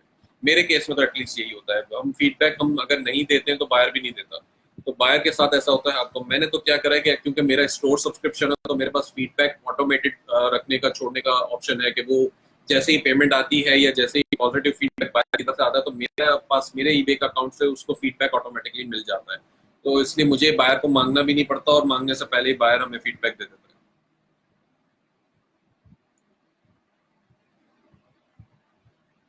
पर्सनल अकाउंट वेरीफाइड है जहाँ जी मोहम्मद, ये काम करना चाहिए, बिल्कुल करेगा। वेरीफाइड है तो बिल्कुल काम करेगा ईबे के ऊपर। लिस्टिंग टूल जो आपने रिकमेंडेशन पूछी है उसके लिए ऑटो डीएस है, प्राइस फॉक्स है, हाइड्रा लिस्टर है, ब्लैक लिस्टर है, बहुत सारे। अब देखिए मेरी पर्सनल रिकमेंडेशन क्या है। मेरी पर्सनल रिकमेंडेशन ऑटो डीएस में बहुत अरसे से यूज कर रहा हूँ, अच्छा चल रहा है, कोई इतना ज्यादा मसले मसाइल ऑटो डीएस टूल में नहीं है। अलबत्ता कुछ एक दो चीजें हैं जहां पे मैं उनकी राय से इत्तेफाक नहीं करता। वो रैंडम यूपीसी कोड्स डाल देते हैं जो कि मैं जिसको अग्री नहीं करता। उन्होंने बाद में कहा कि हटा रहे हम, मतलब मैंने कहा कि मुझे ऑप्शन दे दो कि जी मैं डिसेबल कर सकूं ये चीज, तो उन्होंने मना कर दिया, ऐसा नहीं होगा, हम बाद में करेंगे ये वो। तो इस तरह की जब बातें आई तो फिर मैंने अपनी तरफ से किनारा कशी कर ली। मैंने एक दूसरा टूल उठाया प्राइस फॉक्स का, वो मैंने देखा उसमें मुझे रिसर्च का भी ऑप्शन मिल रहा था, तो मैंने वो प्राइस फॉक्स को अब यूज करना शुरू किया। लेकिन ये रिसेंट मैंने शुरू किया, मैंने अभी तक ऑटो डीएस को छोड़ा नहीं है। इसके अलावा डीएसएम टूल भी है जिसकी लोगों ने तारीफ की है, मैंने भी यूज किया है, अच्छा है। लेकिन मसले मसाइल समझ लें कि 10% मसले ऑन एंड ऑफ सबके साथ रहते हैं, क्योंकि ये क्रॉलिंग का मामला होता है। जब स्टॉक मॉनिटरिंग या प्राइस मॉनिटरिंग जो कर रहे होते हैं ना, तो कहीं पर एपीआई इस्तेमाल होती है, कहीं पर क्राउलिंग हो रही होती है। कुछ वेबसाइट्स एपीआई देती हैं, जैसे अमेजॉन एपीआई देता है, तो एपीआई के थ्रू भी आप प्राइसिंग उसकी गैदर कर सकते हैं। लेकिन काफी सारी ऐसी वेबसाइट हैं जो एपीआई नहीं देती, तो एपीआई जब नहीं मिलती तो फिर वो वेबसाइट को क्रॉल करना पड़ता है। और क्रॉलिंग जो है वो कोई 100% स्टेबल सोल्यूशन नहीं होता, वो कभी डेटा के अंदर गड़बड़ कर सकता है। तो इसलिए मसले मसाइल चलते रहते हैं थोड़े बहुत ना, तो हम बर्दाश्त करना है, क्योंकि हर किसी के पास है कोई फुल प्रूफ कोई वो नहीं है सोल्यूशन इसका। Usman for UK fulfilment company, आपको देखना पड़ेगा। यूएस के अंदर फेडेक्स भी देता है जो कि सेकंड नंबर पे कहलाता है, मेरे ख्याल से आप गूगल कर सकते हैं। मैं फुलफिलमेंट कंपनी यूके में कोई यूज नहीं की, इसलिए अनफॉर्चुनेटली मैं कोई आपको डायरेक्ट नाम नहीं दे सकता। आप कह फराज कह रहे हैं आप प्रोफेशनल लिस्टिंग कैसे बनाई जाए ऑप्टिमाइज भी हो मोबाइल के लिए। क्रेजी लिस्टर, क्रेजी लिस्टर आप यूज कर सकते हैं। और भी टूल्स हैं जो करते हैं, मोबाइल की लिस्टिंग्स भी बनाते हैं, वो ऑटोमेटिक उनके अंदर ही टेम्पलेट्स बने हुए होते हैं, जो कंप्यूटर ब्राउजर के लिए और मोबाइल ब्राउजर के लिए। तो इसलिए जो है वो आप उसके कोई भी टूल यूज करेंगे, ज्यादातर सभी करते हैं। बस ये ख्याल रखें कि कोई बड़ी बड़ी फोटोज डिस्क्रिप्शन में ना डालें, उसकी जरूरत नहीं होती, क्योंकि फोटोज मोबाइल के अंदर अलग से ऊपर नजर आ रही होती है, उसके अंदर वो स्क्रॉलर भी लगा होता है। तो ईबे की ऐप में या ईबे के ब्राउजर में, सॉरी क्रोम ब्राउजर वगैरह में, सब जगह वो ऑटोमेटिकली चल रहा होता है। तो डिस्क्रिप्शन में फोटोज ना डालें बड़ी बड़ी, कोई जरूरत नहीं होती। और उसकी वजह से आपकी लिस्टिंग का जो एक जो एक होता है ना, डायमेंशंस होती है, विड्थ वगैरह होती है, वो सब खराब हो जाती है। लोगों को देखने में मुश्किल होती है, फिर वो आपकी लिस्टिंग से बाहर चले जाते हैं, कुछ और देखना शुरू कर देते हैं।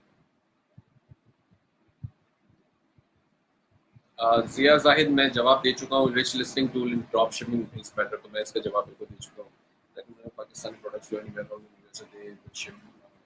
समीर, वेयर हाउस की बात जो होती है, वो जो एफबीए का हमारा इनका ग्रुप है, एफबीए पाकिस्तान वाला, वहाँ पर बहुत सारे लोग बैठे हैं जो वेयर हाउस जिनके पास हैं, जैसे न्यूयॉर्क में भी हैं या कैलिफोर्निया में भी हैं, बहुत सारे लोग हैं। तो आप इनसे कांटेक्ट आपको पर्सनली करना पड़ेगा और बात करनी पड़ेगी कि आप इनसे कर सकें। लेकिन आप फिर इस सूरत हाल में आप ड्रॉप शिपिंग के जुमरे में नहीं आते, आपको खुद ही वो करनी पड़ेगी। और वेयर हाउस वालों से फिर आपको ये भी तय करना पड़ेगा कि वो आपके बिहाफ पे रिटर्न एक्सेप्ट करें। रिटर्न एक्सेप्ट करना है तो फिर उस आइटम का क्या करना है ये भी करना होगा। तो ये चीजें आपको थोड़ी सी उनसे बात करनी पड़ेगी। ऑन दी अदर हैंड, कोई आप फुल प्रूफ सोल्यूशन चाहते हैं, तो पहला तो एफबीए खुद है, क्योंकि आप एफबीए में रखेंगे अपनी इन्वेंटरी। अब आप अमेजोन पे बेच रहे हैं या नहीं बेच रहे हैं वो एक अलग बात है, लेकिन आप उसको एफबीए में रख के ईबे के कस्टमर्स को जरूर शिप करा सकते हैं। दूसरा ऑप्शन आपके पास है फेडेक्स का, जो मैंने आपको पहले भी जिक्र किया। तीसरा ऑप्शन जो है इसके अंदर जो है, तीसरा ऑप्शन जो आपके पास है वो ये जो लोग आते हैं अमेजोन के ग्रुप के अंदर, उसके उनसे रब्ता करें फिर आप।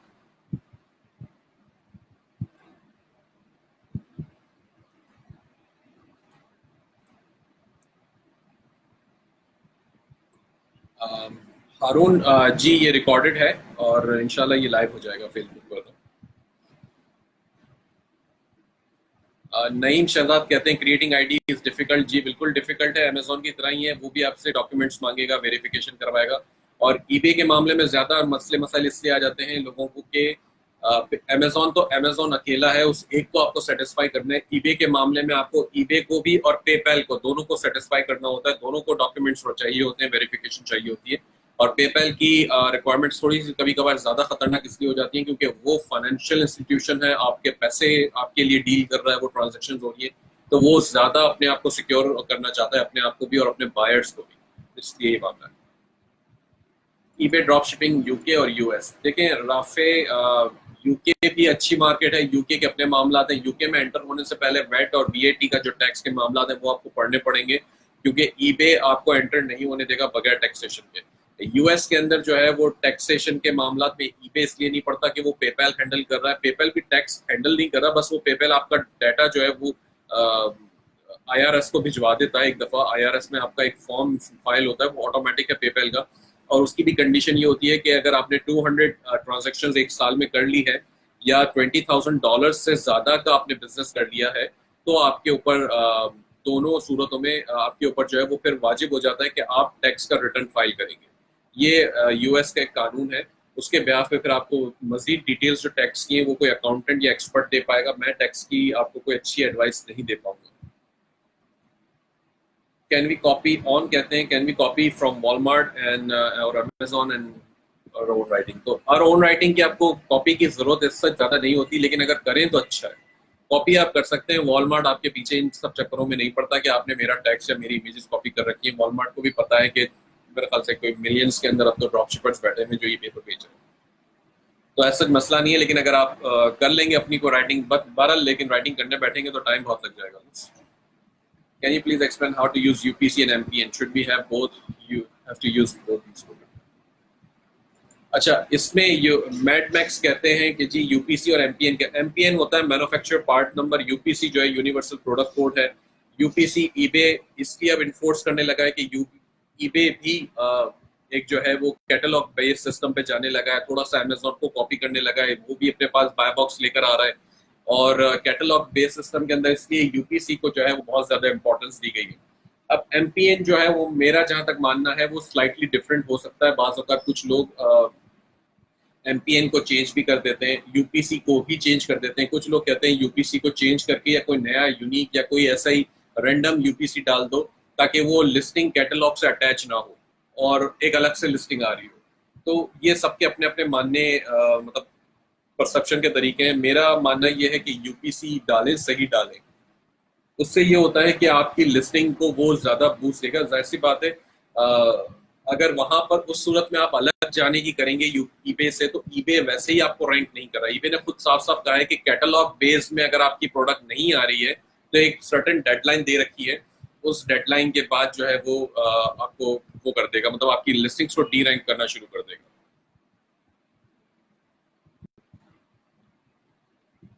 अहमद, मैंने आपको अनम्यूट किया है, अगर आपको मेरे ख्याल से पूछना चाह रहे थे कुछ।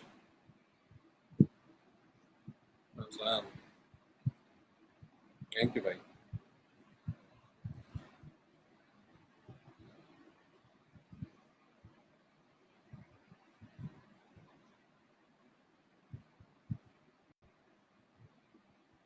अहमद, इसमें डिपेंड करता है कि आप कितना, मतलब आपके प्राइसिंग क्या है, कितना कॉम्पिटिटिव है वो आइटम। और अगर वो आपकी अपनी प्राइवेट लेबल आइटम है तो जाहिर सी बात है एग्जैक्ट सेम ब्रांड की तो आइटम और लोग नहीं बेच रहे होंगे, लेकिन शायद बेच भी रहे हो सकता है वो अमेजोन से वैसे ही कॉपी कर रहे हो आइटम और आपकी भी आइटम उन्होंने उठा ली हो। अब उस सूरत में क्या होता है कि अगर और लोग भी बेच रहे हैं तो आपको उनके ऊपर बेनिफिट क्या आता है कि वो आपकी प्रोडक्ट है तो आप उसको अंडरकट कर सकते हो, किसी को भी आप अंडरकट कर सकते हो। तो और क्योंकि जबकि ऑर्डर आएगा तो आप डायरेक्ट अंदर एमसीएफ ऑर्डर बना देंगे अमेजोन सेलर अकाउंट से और वो आइटम भिजवा देंगे, तो आपको यहाँ पे एक ये बेनिफिट उन दूसरों के मुकाबले में है। और अगर दूसरे लोग नहीं भी बेच रहे एग्जैक्ट आपकी आइटम और सिमिलर आइटम बेच रहे हैं, तब भी आपके पास बेनिफिट है कि आप उनको वहां पर प्राइस गिराकर अपनी लिस्टिंग को एस्टैब्लिश कर दें। अपनी लिस्टिंग को एस्टैब्लिश करने और एस्टैब्लिश अगर हो रही है उस दौरान ये आप उसको प्रोमोट करना शुरू कर दें। आपके पास 1 2 3 4 अगर पीसेस बिक गए हैं, आप उसको प्रमोट करना शुरू कर दें, प्रोमोटेड लिस्टिंग में लगाएंगे तो आप उसको प्राइस थोड़े से और बढ़ा देंगे ताकि ईबे का जो प्रोमोटेड लिस्टिंग के ऊपर जो कमीशन है वो आप उसके अंदर उसको शामिल कर लेंगे, कवर कर लेंगे। ठीक है। अच्छा, ऑन साहब का कोई सवाल था। ऑन साहब, आपको अनम्यूट कर दिया है मैंने, हो नहीं रहा तो लिखते मैं उसको देख चेक कर लेता हूँ। जी, आ गया।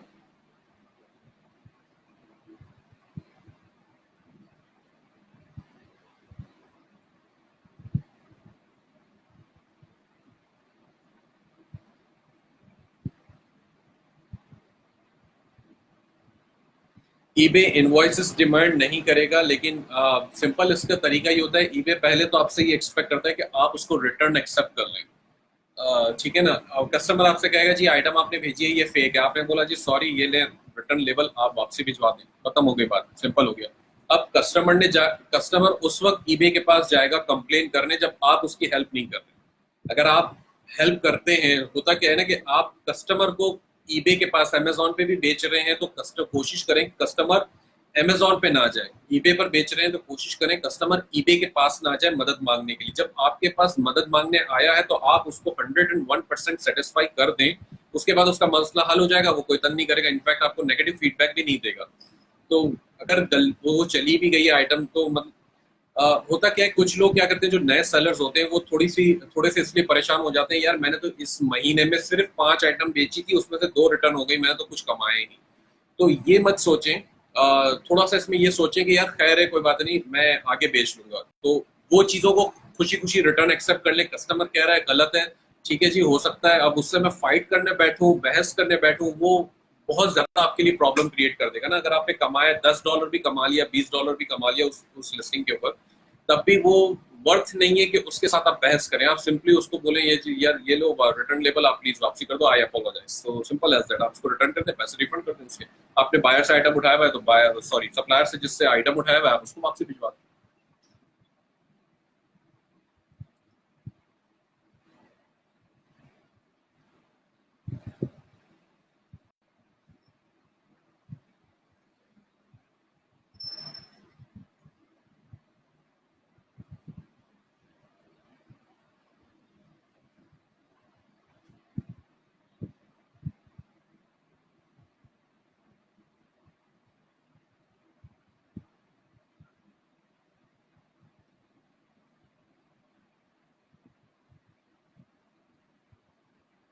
आप मुझे दोबारा बताएं, आप सोर्स कहाँ से कर रहे हैं? आप खुद शिप करना चाह रहे हैं कहीं वेयर हाउस में रखवा के, या आप कहीं किसी सप्लायर से डायरेक्ट शिप करवा रहे हैं?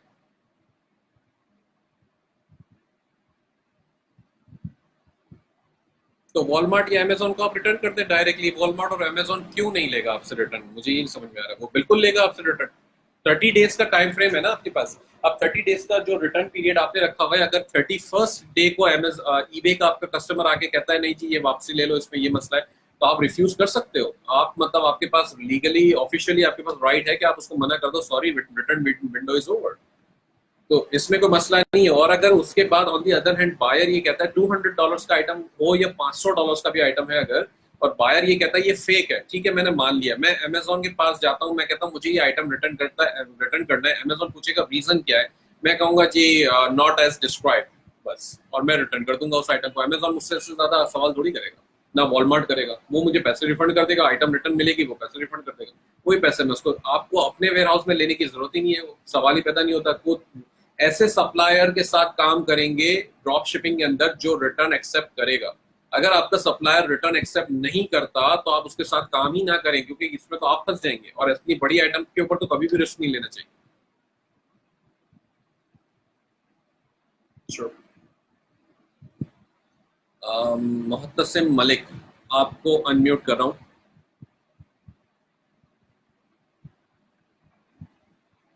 टाइम बड़ा लगता है इसको अनम्यूट करने में।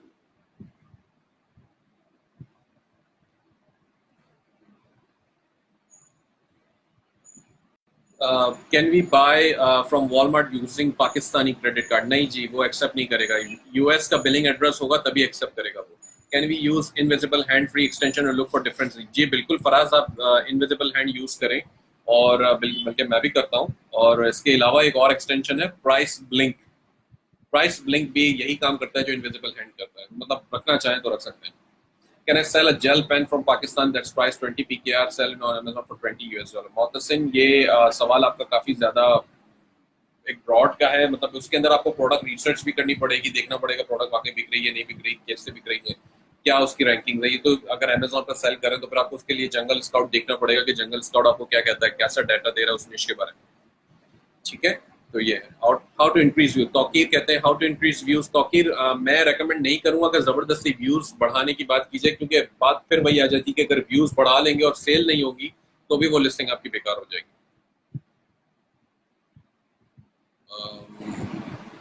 Sir please share eBay fees module. EBay की फीस मॉड्यूल जो है, सुहेल मेमन कहते हैं कि फीस मॉड्यूल, इसके अंदर फीस, एक वेबसाइट है newlifeoptions.com, और इस वेबसाइट के अंदर क्या होता है कि आपको ये बताता है कि आपकी फीस और कॉस्टिंग्स कैसे निकलेंगी।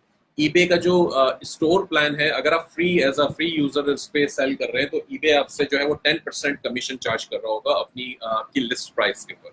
और पेपैल जो है, चूंकि यूएस का पेपैल है मेरे पास, तो वो 2.9% मुझे चार्ज करता है, प्लस ट्रांजैक्शन के अंदर मेरे ख्याल से 30 सेंट्स वो सेपरेटली फिक्स के तौर पर चार्ज करता है, जो रिफंडेबल मुझे नहीं होते। फॉर एग्जांपल, अगर मैं बायर को पैसे रिफंड करता हूँ किसी भी वजह से, कैंसिल हुआ या रिटर्न लिया, तो वो पैसे तो पेपैल भी रिफंड कर देगा अपनी फीस, लेकिन वो 30 सेंट्स जो उसने चार्ज किए वो रिफंड नहीं होंगे, वो मुझे देने ही पड़ेंगे हर हाल में। तो बहरहाल पेपैल ये करता है। अब इसराइल में या दूसरे ऐसे कंट्रीज हैं जहाँ सेकेंडरी जो कंट्रीज हैं जहाँ पर पेपैल चल तो रहा है लेकिन कुछ लिमिटेशंस के साथ चल रहा है, जैसे दुबई हो गया, यूएई वगैरह के एशियन कंट्रीज हैं, यहाँ पर जो है पेपैल की फीस थोड़ी सी मेरे ख्याल से ज्यादा है, 3.2 या 3.4% भी कुछ लेता है। तो ये जो पेपैल जिस कंट्री का आप यूज कर रहे हैं आपको वो चेक करना पड़ेगा। मलेशिया सॉरी मलेशिया का जो है वो इस तरह से डिफरेंट होगा, तो ये चक्कर है। तो वो फीस जो है वो आपने कवर करनी है। इसका एक सिंपल फॉर्मूला भी ये कर सकते हैं आप कि जो आपकी अमेजोन की या वॉलमार्ट की परचेज प्राइस है उसको 1.4 से मल्टीप्लाई कर दें। जो प्राइस, तो फॉर एग्जांपल $10 का आइटम है तो उसको 1.4 से मल्टीप्लाई करेंगे तो $14 जो है वो बन जाएंगे। तो $14 का मतलब ये हो गया कि उसमें पेपैल की और ईबे की फीस भी आ गई, सेल्स टैक्स भी आ गया, और आपका कोई तकरीबन 15% का प्रॉफिट भी आ गया। तो 15% तक का एक एवरेज प्रॉफिट आपको मिल जाता है इसके अंदर। तो ये एक बड़ा सिंपल सा तरीका है जो मैं इस्तेमाल करता था शुरू में।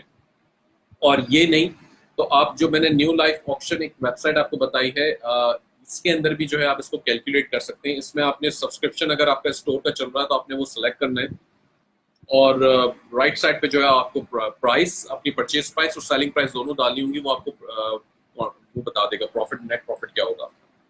ठीक है। How to get Amazon seller account for parts. Ali sahab, ये फिर वही आपका बड़ा ब्रॉड सवाल है सेलर अकाउंट। ये सवाल बहुत दफा हो चुका है, अनफॉर्चुनेटली मैं इसका जवाब अभी नहीं दे पाऊंगा। ग्रुप के अंदर आप पता कर लें, बहुत सारी ऑलरेडी पोस्ट मौजूद है। Either we can open a US based from Pakistan IP or we have to buy UPS. UPS। Parvez Siddiqui साहब कहते हैं, परवेज साहब ये VPS परचेज करने की मेरे ख्याल से जरूरत नहीं है फौरी तौर पे। इसका एक रीजन ये भी है कि आप VPN यूज करें, ज़ेनमेट है, ओला के नाम से HOLA एक VPN और भी है जो कि US की रेजिडेंशियल IPs आपको दे रहा होगा डिफॉल्ट बाय डिफॉल्ट। ठीक है, तो वो भी आप चाहें तो यूज कर सकते हैं, उसको देख लें। और ज़ेनमेट का VPN है वो डाल दें, उसके थ्रू भी आप अगर चलाते हैं। मैं पेपैल जो है वो ज़ेनमेट से चला रहा हूँ, मेरे पास अल्हम्दुलिल्लाह पिछले 2 साल में कोई मसला नहीं आया। मैंने ईबे तो मैं अपनी लोकल IP से, पाकिस्तान की IP से चलाता हूँ, मुझे कोई मसला नहीं आया। वो बहरहाल वो कभी कभार वो एक एरर देता है कि आपका पासवर्ड, वो कोई उसको लगता है कि फ्रॉडुलेंट कुछ हुआ है तो पासवर्ड रीसेट करने की बात करता है, बस वो पासवर्ड रीसेट होगा, उससे ज्यादा कुछ नहीं होगा।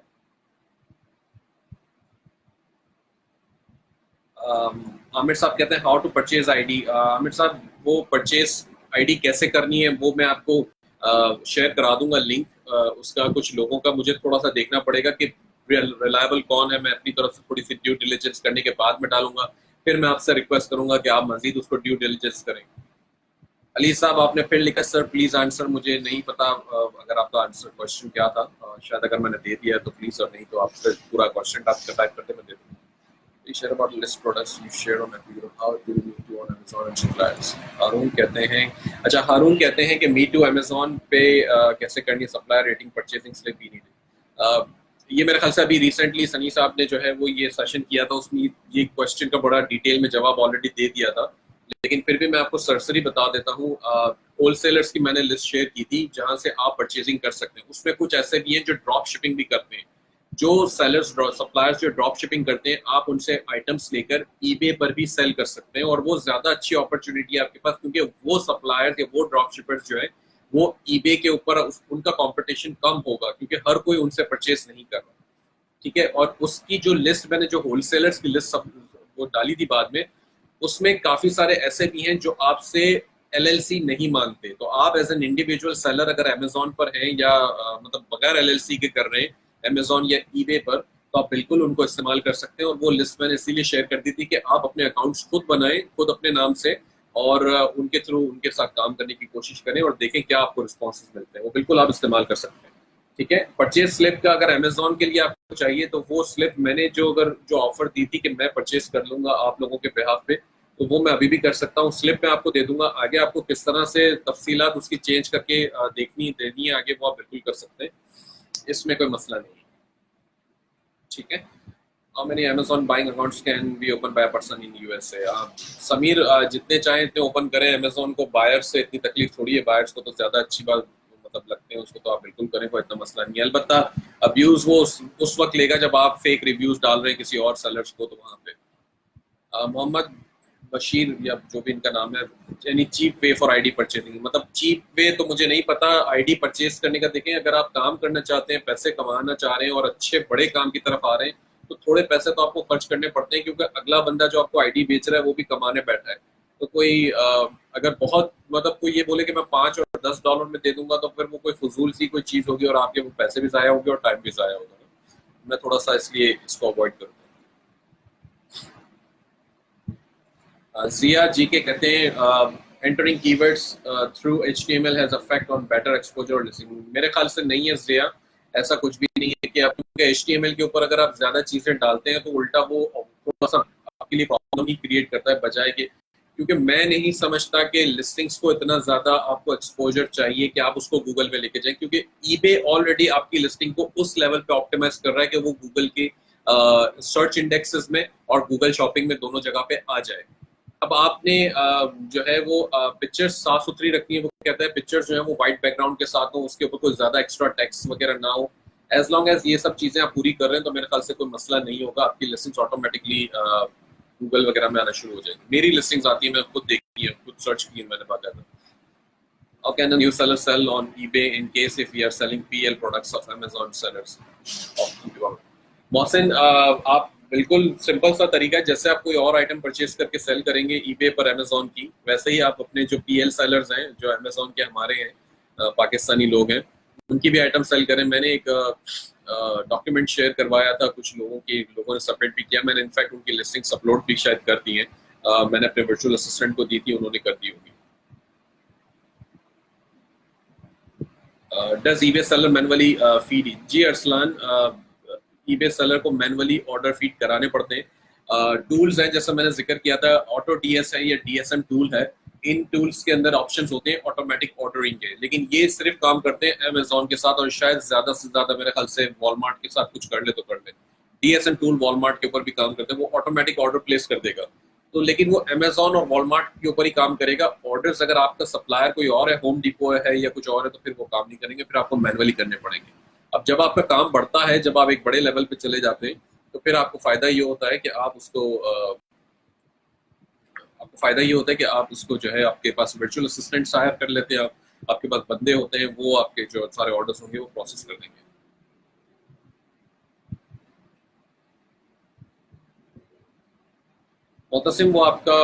मोहतसिम मलिक साहब, आपका एक क्वेश्चन बार बार मेरे पास आया हुआ जेल पेन वाला, मेरे ख्याल से उसका मैंने जवाब दे दिया है।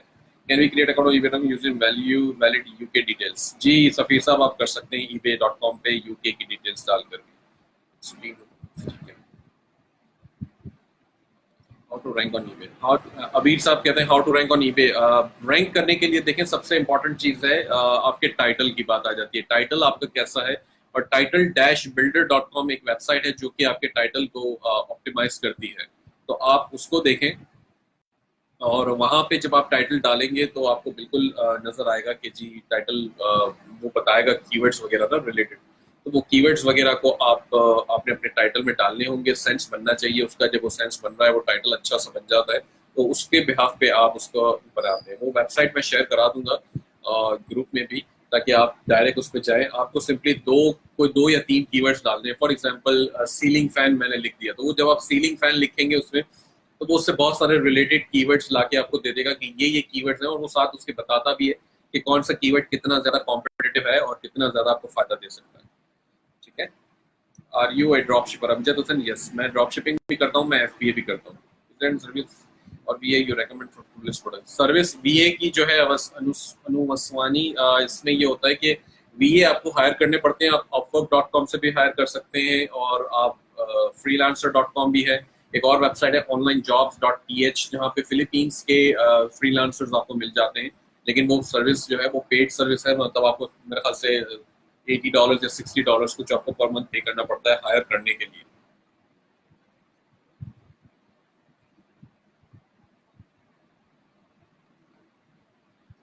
जिया जाहिद कहते हैं जी जिया बिल्कुल आपको इंडिविजुअल सेलर आईडी भी मिल जाती है आप चाहें तो, और आप बिजनेस अकाउंट भी बनाना चाहें तो आप बिल्कुल कर सकते हैं। रेकमेंडेड यही है कि आप बिजनेस अकाउंट बनाएं, क्योंकि आप बहुत सारी आइटम सेल कर रहे होंगे और इंडिविजुअल आइटम आईडी के अंदर वो फिर आपको मेरे ख्याल से लिमिट्स लग जाती हैं शुरू में ना, तो आपको वो चीज़ का ख्याल रखना पड़ेगा। What about PayPal, because personal account of PayPal must be having some limits. Personal PayPal के ऊपर कोई खास लिमिट्स नहीं होती, अलबत्ता बिजनेस पे एक टाइम पे आके आपको अपडेट करवाना पड़ता है, क्योंकि आपको जो है टैक्स वगैरह पे करने पड़ते हैं, तो इसलिए ये थोड़ा सा इम्पोर्टेंट है। तो रेकमेंडेड यही है कि आप उसको बिजनेस वाले पे लेकर जाएं।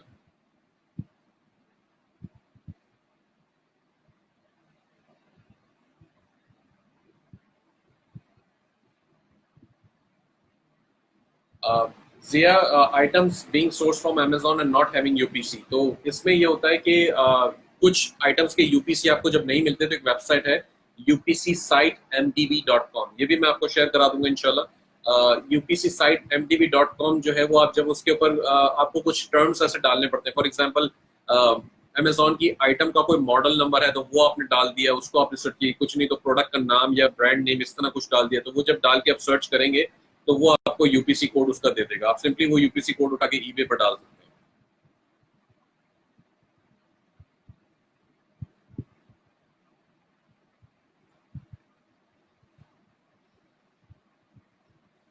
खुर्रम, आपने वीपीएस का सवाल किया, मैं इसका जवाब अभी दे चुका हूँ ऊपर, तो मेरे ख्याल से ये बात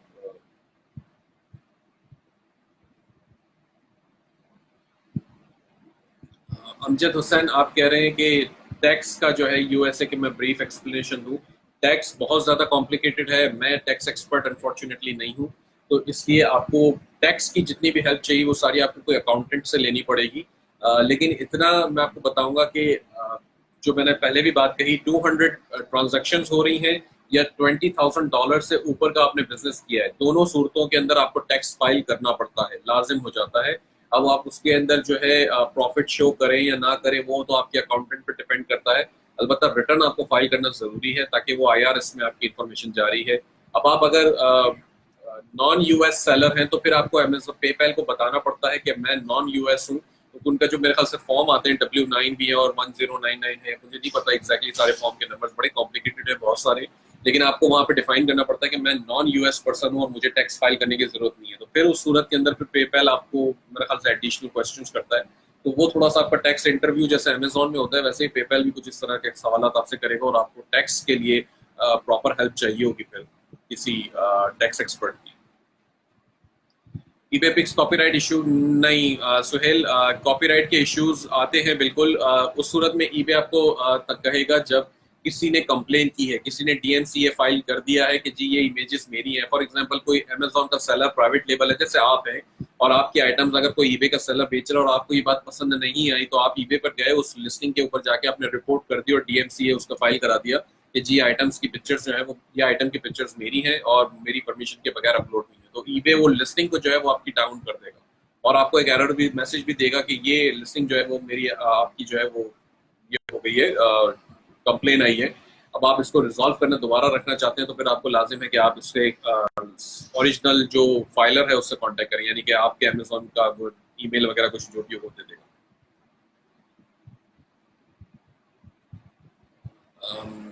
सुहेल, सेलर पिक्स ऑन और ओन लिस्टिंग जी कर सकते हैं, बिल्कुल कोई मसला नहीं है, एज लॉन्ग एज के सेलर ने अगर कंप्लेन नहीं की तो आप ठीक है, उसके लिए कोई मसला नहीं है। फहद शेख कह रहे हैं आपने लिस्टिंग डाल दी थी 24 घंटे हो गए। फहद एग्जैक्ट कोई आइटम नंबर या आइटम नंबर है या कोई एमपीएन है या कोई यूपीसी है उसको सर्च करके देखें, लिस्टिंग आ रही होगी और हो सकता है कि टाइटल ज्यादा अच्छा ऑप्टिमाइज ना हो तो इस वजह से भी शायद हो सकता है, लेकिन ईबे पर जाने की मेरे ख्याल से जरूरत नहीं है। कोई रैंडम रीजन है, कोई सच कोई सीरियस मसला नहीं है।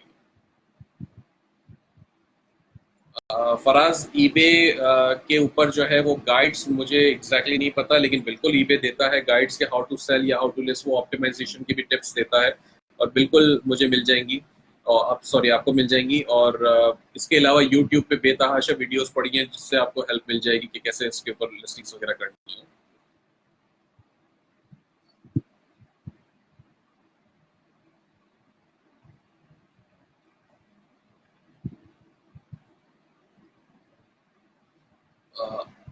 जी, यूपीसी वॉलमार्ट पे मौजूद होते हैं अक्सर, लेकिन नहीं होते तो मैंने उसका भी जवाब दे दिया। यूपीसी साइट mtb.com पे जाएं, वो आइटम का नाम, ये नंबर, मॉडल नंबर, ये कुछ तरह का डाले, आपको मिल जाएगा। एहसन कहते हैं मैं 10 साल से सेल कर रहा हूँ, लेकिन लास्ट 2 ईयर से सेल्स, एहसन बिल्कुल लास्ट 2 ईयर्स में सेल्स ड्रॉप हुई थी। और लास्ट 2 ईयर्स में नहीं, अभी सेल ड्रॉप इस साल हुई है अप्रैल से, क्योंकि इन्होंने काफी सारे एल्गोरिथम्स में चेंजेस की थी। इस वजह से कुछ मसले मसाइल बिल्कुल आए।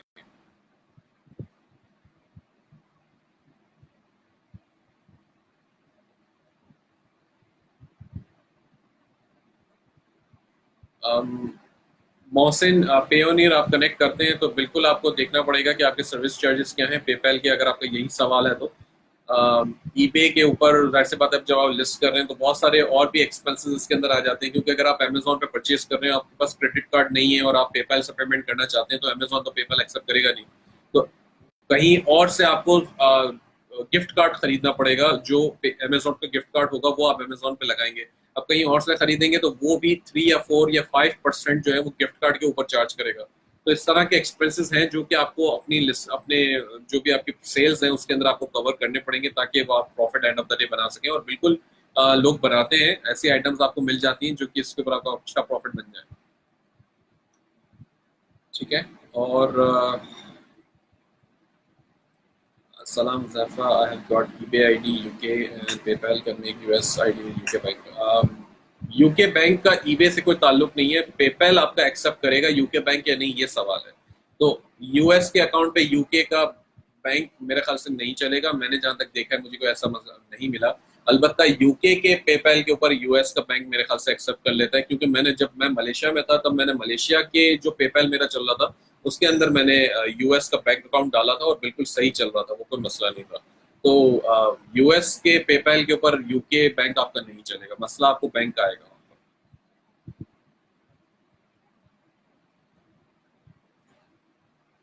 यूपीसी साइट mdb.com है, मैंने ये कमेंट में लिख दिया है। टाइटल बिल्डर का भी तौकीर ने नाम पूछा था, title dash builder dot com, ये भी मैंने यहाँ पे लिख दिया है। ठीक है। और मेरे पास इस वक्त क्वेश्चंस नहीं है, और अगर किसी के क्वेश्चंस हैं या मैं किसी के जवाब देना भूल गया हूँ या तो हैंड रेस कर दे तो मैं म्यूट कर देता हूँ।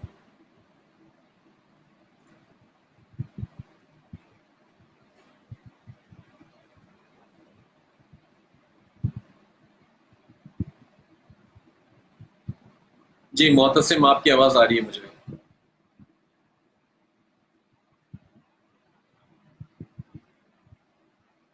मोहतसिम साहब, आपकी आवाज आ रही है मुझे। अब नहीं आ रही।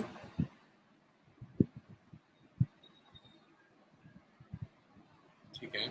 सोहेल, आपका भी हैंड रेस हुआ है, आपको मैंने अनम्यूट कर दिया। सोहेल, वालेकुम। जी आ रही है, आपकी आवाज थोड़ी सी हल्की आ रही है लेकिन आ रही है। Thank you.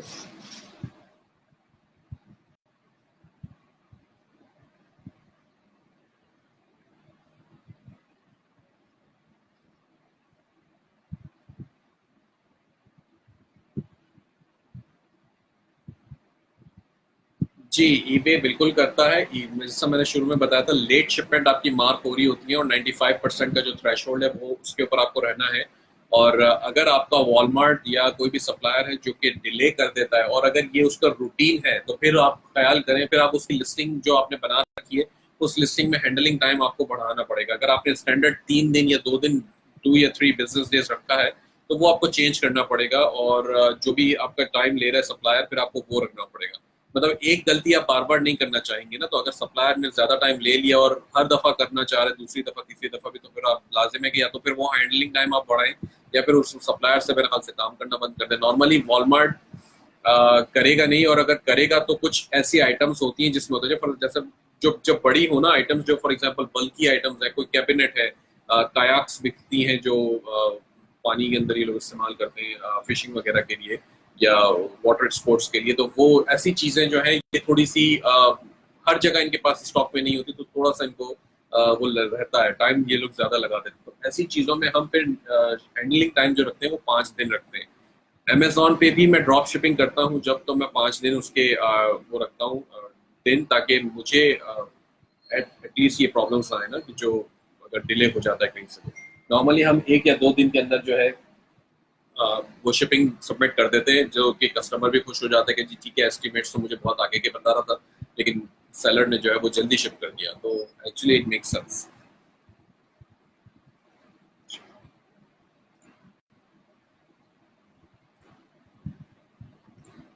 समीर, आपको अनम्यूट कर दिया है मैंने।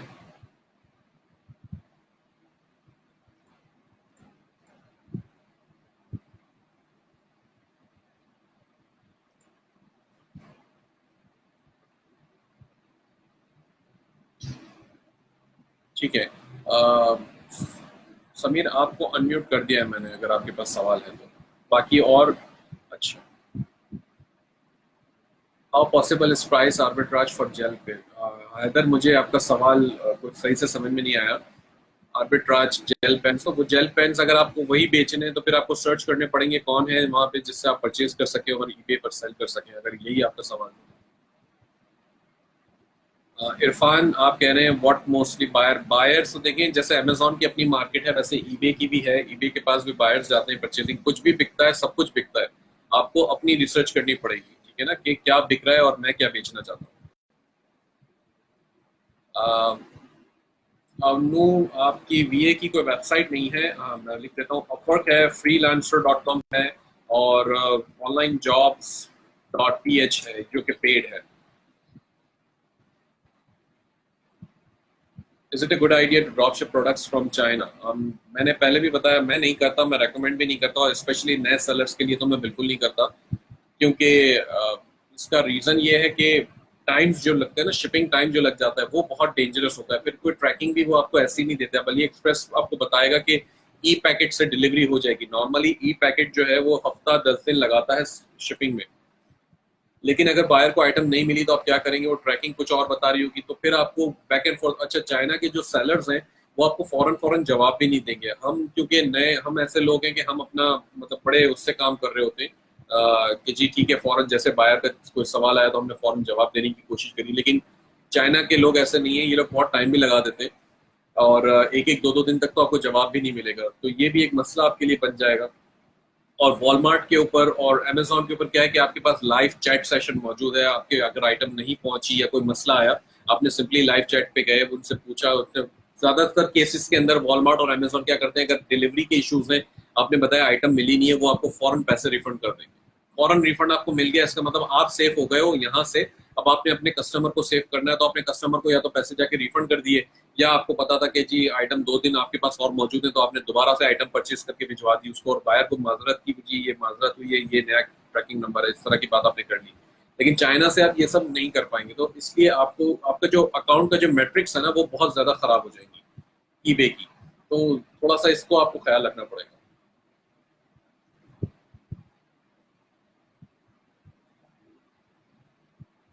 फराज कह रहे हैं टूल्स और वेबसाइट की लिस्ट बना दें, इंशाल्लाह मैं सबमिट कर दूंगा, ग्रुप पे डाल दूंगा, ठीक है। By best source for buying EAN, मैंने तनवीर कभी ईएन या बार कोड्स परचेज नहीं किए, क्योंकि मैंने प्राइवेट लेबल नहीं किया, और ये जो हम बेचते हैं, ड्रॉप शिपिंग करते हैं, ईबे अब तक जो है वो यूपीसी को इतना इन्फोर्स नहीं कर रहा, तो यूपीसी को हम सिंपली अगर नहीं मिलता एंड ऑफ द डे अगर यूपीसी हमें, तो हम कहते हैं नॉट एप्लीकेबल, और हम वो लिस्टिंग सबमिट कर देते हैं, तो भी हमारी लिस्टिंग चल जाती है, कुछ सेल होती है कुछ नहीं होती, उनके रीजन डिफरेंट है, यूपीसी उसका रीजन नहीं है। और अलबत्ता आपको यूपीसी बाय करने हैं, मुझे एक दो लोगों ने साइट बताई थी लेकिन मुझे याद नहीं है, मैं उसके देख कर आपको दोबारा इंशाल्लाह वेबसाइट अपने ग्रुप में सबमिट कर दूंगा। और बिसाइड्स दैट, ईबे खुद एक जगह है जहां से आप यूपीसी परचेज कर सकते हैं, बहुत सारे लोग बेच रहे हैं, उस सेलर की रेटिंग्स देखें, उसकी हिस्ट्री देखें, परफॉर्मेंस देखें, अगर वो सेलर आपको रिलायबल लगता है, उसके पास अच्छे फीडबैक्स हैं, आप उससे यूपीसी खरीद लें, सिंपल है। Can I make 2 accounts, UK and US eBay with one PayPal? जी वसी, आप बिल्कुल बना सकते हैं। पेमेंट्स जो जाएंगी फिर आपकी वो एक ही पेपल में जा रही होंगी, और अगर पेपल आपका जिस बैंक के साथ कनेक्टेड है वो वहां जा रहा होगा, तो कन्वर्जन के आपको चार्जेस अलबत्ता नजर आएंगे, मतलब देने पड़ेंगे। Can we buy products on Walmart for drop shipping using gift card without entering credit? जी बिल्कुल सफीर, आप सफीर जी बिल्कुल सफीर, आप कर सकते हैं, परचेज कर सकते हैं गिफ्ट कार्ड, जो मैंने जिक्र किया, जैसे एक वेबसाइट है फॉर एग्जांपल ट्रिपल मार्स एक वेबसाइट है, और ट्रिपल Mars.com इस वेबसाइट से, या हाँ बस ये फिलहाल तो मुझे यही बताए, जो कोई पेपैल एक्सेप्ट कर लेगा और आपको गिफ्ट कार्ड दे देगा, और ये रिलायबल सोर्स है जो कि ज्यादातर लोग उससे परचेसिंग करते हैं, बाहर के लोग यानी कि यूएस से बाहर के लोग। तो आप इनसे गिफ्ट कार्ड खरीदें वॉलमार्ट का, और आप इनको जो है वॉलमार्ट के ऊपर पेमेंट कर दें। How did you work on eBay? How do you analyze a product that can be sold on eBay? Mohsin, वही बात है जो मैंने बताया, पहले भी जिक्र किया था रिसर्च के दौरान ही में, अगर ऑलरेडी आइटम बिक रही है तो फिर हमारे पास से भी बिकेगी। सवाल सिर्फ अब ये आ जाता है कि अगर हम सेम आइटम दूसरे की कॉपी करके बेच रहे हैं तो क्या हम उससे कम्पीट कर पाएंगे या नहीं, उसके प्राइसिंग पे रख पाएंगे या नहीं। तो बाज़ औक़ात कुछ लोग इसमें ऐसा भी काम कर रहे हैं कि टैक्स एग्जेम्प्ट हो जाते हैं। जैसे वॉलमार्ट के ऊपर एक बंदा है, मेरे ख्याल से अफ्रीकन है या नाइजीरियन है, आई डोंट नो, उसका टूल भी है इसी तरह का। इसने एक बीच में एक ट्रेंड फैला दिया था, लोगों को फेक टैक्स एग्जाम बनाने का वो बता रहा था, टैक्स एग्जाम बनाता था फेक तरीका, मुझे अभी भी नहीं पता कैसे बनाता था। अलबत्ता उसने वॉलमार्ट पे सिखा दिया था लोगों को टैक्स एग्जाम करना। अब टैक्स एग्जाम्प्ट आप जब हो जाते हो तो आपको बगैर टैक्स के वो आइटम मिल जाती है। तो जो लिस्ट प्राइस है, फॉर एग्जांपल वॉलमार्ट पे वो आइटम $49 की मिल रही है, और जहां पर आप शिप कर रहे हैं तो नॉर्मली सेल्स टैक्स लग जाता है उस स्टेट का। अगर आप कैलिफोर्निया में शिपिंग कर रहे हैं तो कैलिफोर्निया का सेल्स टैक्स का जो चार्ज होगा मेरे ख्याल से 7.25% है।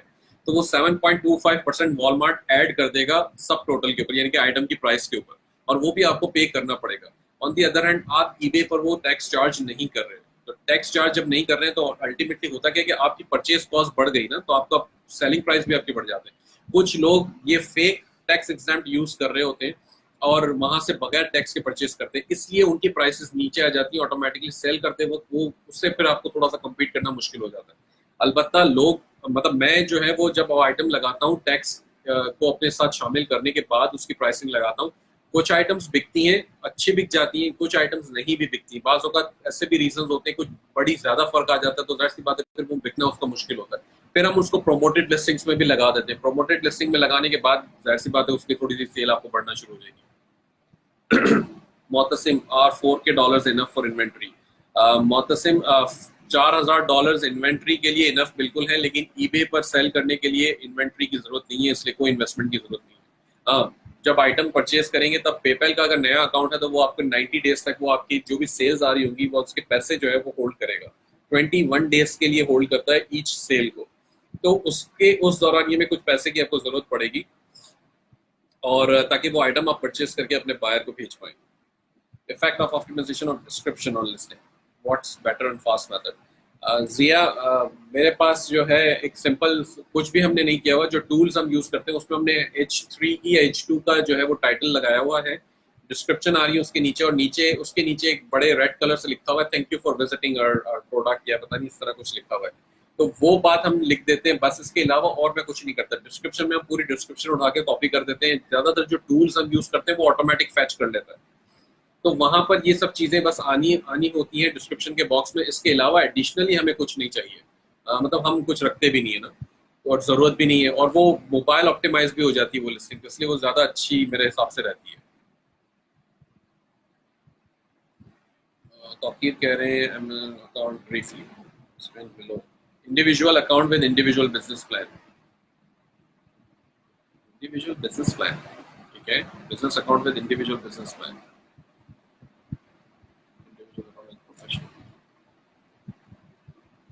इंडिविजुअल और प्रोफेशनल प्लान अमेज़न के जो दो हैं, वो एक सिंपल सी बात है कि इंडिविजुअल फ्री है, लेकिन आपको 99 सेंट्स वो हर ऑर्डर के ऊपर चार्ज कर रहा होगा, तो वो आपकी एक परचेज का सेलिंग प्राइस के अंदर आपके एड अप हो जाते हैं, तो आपके लिए जाहिर सी बात है वो कम्पीट करना मुश्किल होगा। प्रोफेशनल प्लान में आप $40, $39 समथिंग, जो भी $40 है वो आप पे कर रहे हैं पर मंथ, और जाहिर सी बात है वो फिर आपको कोई 99 सेंट्स आपको चार्ज नहीं कर रहा है, इसलिए आपके वहाँ पे पैसे बच रहे हैं, और $40 बस आपका चल रहा था। जैसे मेरे पास जो है वो 700-800 लिस्टिंग्स अमेज़न पे चल रही है, तो जाहिर सी बात है अगर बहुत सारी सेल्स पर डे की मेरी सेल्स जो है, मेरे जो यूनिट्स बिक रहे हैं, लेट्स से मेरे जो है वो 50 यूनिट्स बिक रहे हैं, तो वो 50 यूनिट्स के 99 सेंट्स के हिसाब से वैसे ही $50 के करीब वो चार्ज कर लेगा। तो इससे बेहतर यही हुआ ना कि मैं $40 दे दूँ उसके पर मंथ के, तो वो ज़्यादा अच्छी बात है। ये एक आपका थर्ड नंबर वाला पॉइंट इसके अंदर था जो जिसका मैंने आपको जवाब दिया। Individual with individual business plan. अब बिजनेस प्लान की यहाँ पे क्या बात आ रही है मुझे समझ में नहीं आ रहा, मतलब बिजनेस प्लान इसके अंदर कहाँ से बीच में आएगा? Business account with individual business plan. तो ये बिजनेस प्लान आप मतलब बिजनेस प्लान हम उस वक्त यूज कर रहे हैं जब आपके पास आपसे अमेजोन कोई बिजनेस प्लान मांग रहा है, या तो आपके अकाउंट अंडर रिव्यू है, या आपके अकाउंट के ऊपर कोई किस्म की रिस्ट्रिक्शन आई है, तब वो आपसे बिजनेस प्लान मांगता है। तो बिजनेस प्लान अगर जिन लोगों को चाहिए, मेरे पास एक मैंने फेसबुक की किसी और ग्रुप में किसी और अंग्रेज ने शेयर करवाया था, उसने बड़ी अपनी कहानी लिखी थी और एक अच्छा सा बिजनेस प्लान भी बना रखा था, तो वो मैंने कॉपी करके रखा हुआ है, उससे शेयर कराया था। अगर जिनको चाहिए मुझे मैसेज कर दीजिएगा, मैं ग्रुप में पोस्ट कर दूंगा वो भी।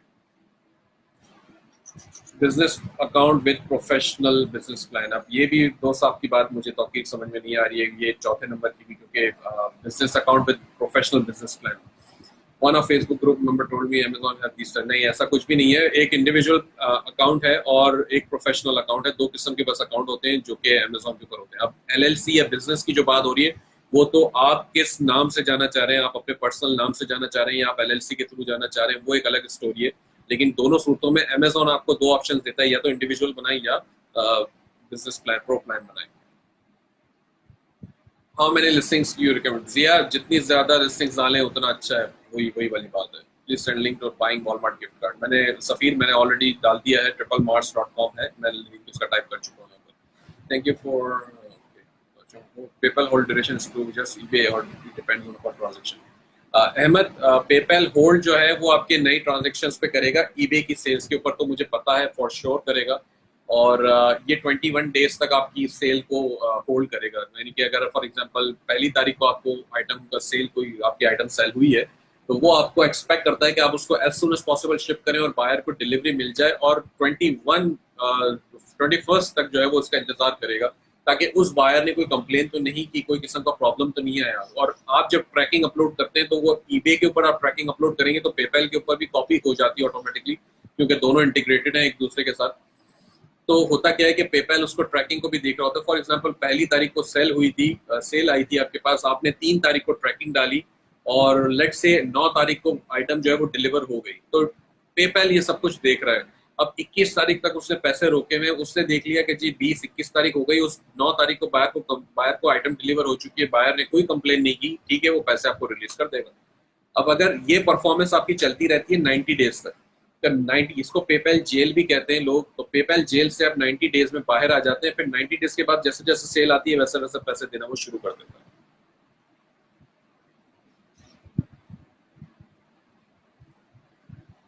नूर खान, आपका सवाल बहुत ब्रॉड है कि मैं यूके का ईबे का सेलर हूँ, ड्रॉप शिपिंग स्टार्ट करनी है, गाइड, तो वो आपको मैं इंडिविजुअल टिप्स तो अभी मतलब इंडिविजुअली गाइड तो पूरा नहीं कर पाऊंगा, क्योंकि मैं तो क्वेश्चंस के आंसर्स दे रहा हूँ और ये बहुत बड़ा क्वेश्चन आपने कर लिया कि मैं आपको गाइड करूँ। तो पहले तो आपको शुरू करना होगा, आप यूट्यूब पर जाएं, सिंपली लिखें udemy.com, एक वेबसाइट है जहाँ पर कोर्सेज मिलते हैं, $12 के कोर्सेज मिलते हैं। सिंपली कोई भी कोर्स परचेज कर लें जिसके ऊपर स्टूडेंट्स ज्यादा हैं, रेटिंग उसकी अच्छी है, ऐसा कोई भी कोर्स परचेज कर लें और आपको हेल्प मिल जाएगी, आपको बेसिक पूरी गाइडलाइंस मिल जाएंगी वहां से। आमिर, मैं जरूर प्लान को शेयर कर दूंगा इंशाल्लाह।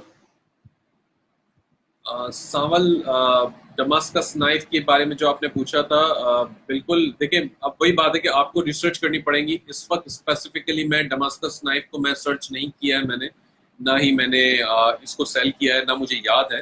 तो डमास्कस नाइफ की कैसे बिक रही है ये तो आपको ईबे पर जाकर देखना पड़ेगा। अगर और भी जो टूल्स मैंने बताए, अगर आपके पास जब वो टूल्स आ जाएंगे तो आप उसके थ्रू भी सर्च करेंगे तो आपको काफी उससे हेल्प मिल जाएगी।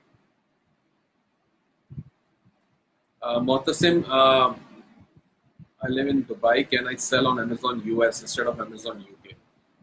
मोहतसिम, मैं एग्जैक्टली श्योर नहीं हूँ कि दुबई का आपका ऑप्शन जो है वो यूएस में चलेगा या नहीं, क्योंकि ये चीज़ के लिए देखना पड़ेगा, क्योंकि मैं जो चला रहा हूँ वो यूएस में रहते हुए चला रहा था, तो इसके मेरा यूएस का ही अमेजोन का अकाउंट है। अब दुबई वाला एग्जैक्टली चलेगा या नहीं वो चेक करना पड़ेगा, मुझे पर्सनली इसके बारे में इल्म नहीं है।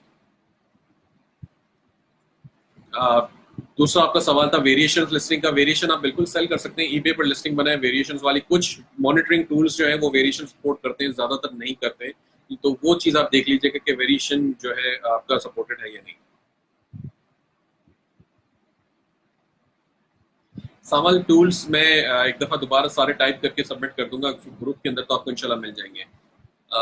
नूर खान कह रहे हैं make Amazon account from China. बिल्कुल बना सकते हैं, चाइना से पॉसिबिलिटी है, लेकिन उसकी जो रिक्वायरमेंट्स है वो एग्जैक्ट मुझे नहीं पता, वो आपको पढ़नी पड़ेगी उसके बारे में। EBay UK account can I sell in USA? बिल्कुल आप सेल कर सकते हैं यूके के ईबे अकाउंट से।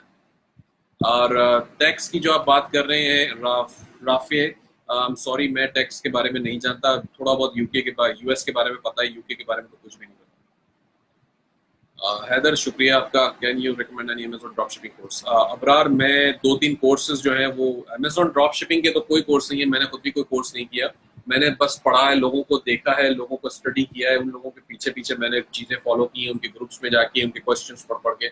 मैं पिछले पिछले साल से, मेरा अमेज़न का सेलर अकाउंट जो है वो तकरीबन 3 साल पुराना है, मेरे ख्याल से 2.5 या 3 साल पुराना है अमेज़न का सेलर अकाउंट है। लेकिन मैंने एक्चुअल सेल्स जो शुरू की थी वो इसी साल शुरू में की थी। तो क्यों? क्योंकि मैं तब से लेके अब तक पढ़ ही रहा था सब चीजें। मैं ये नहीं कह रहा कि आप भी इतना टाइम लगाएं पढ़ने में, अलबत्ता थोड़ा सा फॉलो करना शुरू करें। फेसबुक पर बहुत सारे बेतहाशा ग्रुप और भी बने हुए जो अमेज़न के ड्रॉप शिपिंग के या अमेज़न ऑनलाइन आर्बिट्राज के हैं या अमेज़न एफबीए प्राइवेट लेबल के हैं या अमेज़न एफबीए मी टू के भी बहुत सारे ग्रुप्स हैं। आप फॉलो करें, सर्च करें, आपको मिल जाएंगे। ईबे के भी इसी तरीके से बहुत सारे ग्रुप्स हैं, तो आप उनको भी ज्वाइन करें। उनमें अगर कुछ ना भी कहें तो सिर्फ दूसरे लोगों के जो क्वेश्चंस हैं वो पढ़ें, उनको देखें कि वो क्या कहते हैं, वो क्या सवाल, दूसरे लोग क्या जवाब दे रहे हैं, आपको उससे भी बड़ी हेल्प मिलेगी।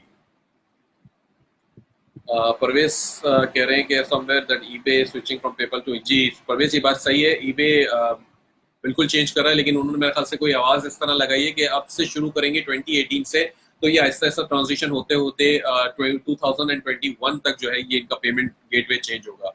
तो वो बहरहाल पूरी स्टोरी ये है अगर दूसरे लोगों के लिए कि वो ईबे ने ये अनाउंस किया कि वो पेपैल को जो है वो सेकंड प्रायोरिटी पे डाल देगा और अपना एक नया पेमेंट गेटवे लेकर आएगा जिसके अंदर ईबे भी एक्सी या अमेज़न की तरह पेमेंट्स भी अपने पास रखेगा। जैसे अमेज़न अपने पास रखता है ऐसे ही ईबे डायरेक्ट कस्टमर को चार्ज करेगा और पैसे अपने पास रखेगा, और फिर जो उसकी पॉलिसीज वगैरह बनेंगी कि कितने दिन तक उसको पैसे रखने हैं, कितने दिन में ड्रॉ करने हैं, जैसे अमेज़न की है, तो डेफिनेटली इस तरह से होगा। मोहसिन कहते हैं इनकरेज गारमेंट सेलिंग। जी मोहसिन, अगर आपको गारमेंट्स मिलते हैं तो आप बिल्कुल कर सकते हैं, लेकिन इतना इतना समझें कि गारमेंट्स के अंदर रिटर्न्स के केसेस ज्यादा होते हैं। उसकी वजह सबसे बिल्कुल सिंपल है, साइजेस का। अब एक ने मीडियम या लार्ज का साइज मंगाया है, उसकी किसी भी वजह से बॉडी के शेप की या कोई भी साइज की वजह से अगर उसको फिट नहीं आ रहा तो वो रिटर्न करने के उसके बड़े हाई चांसेस होते हैं। तो ये चीज होती है जिसकी वजह से मैं गारमेंट्स या क्लोथिंग की कैटेगरी में ईबे पर भी सेल नहीं करता। शाद और नादिर को ऐसी आइटम है जैसे क्लोथिंग के अंदर कैप्स आ गई, तो कैप्स के अंदर इतना साइजेस का मसला नहीं होता, तो हम उसको कर सकते हैं। Does eBay and PayPal also track and penalize if they find multiple accounts being used on same computer?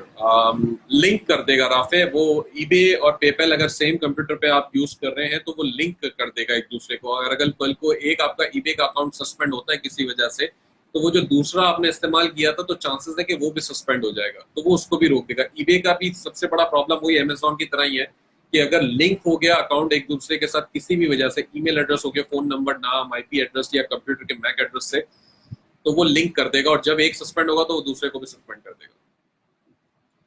Mohtasim Malik, मैं ईबे पर जैसे मैंने बताया मुझे 2.5 साल करीब हो गए, 2-2.5 साल हो गए, और अमेज़न पे मैंने इस साल अप्रैल में शुरू किया था सेल करना।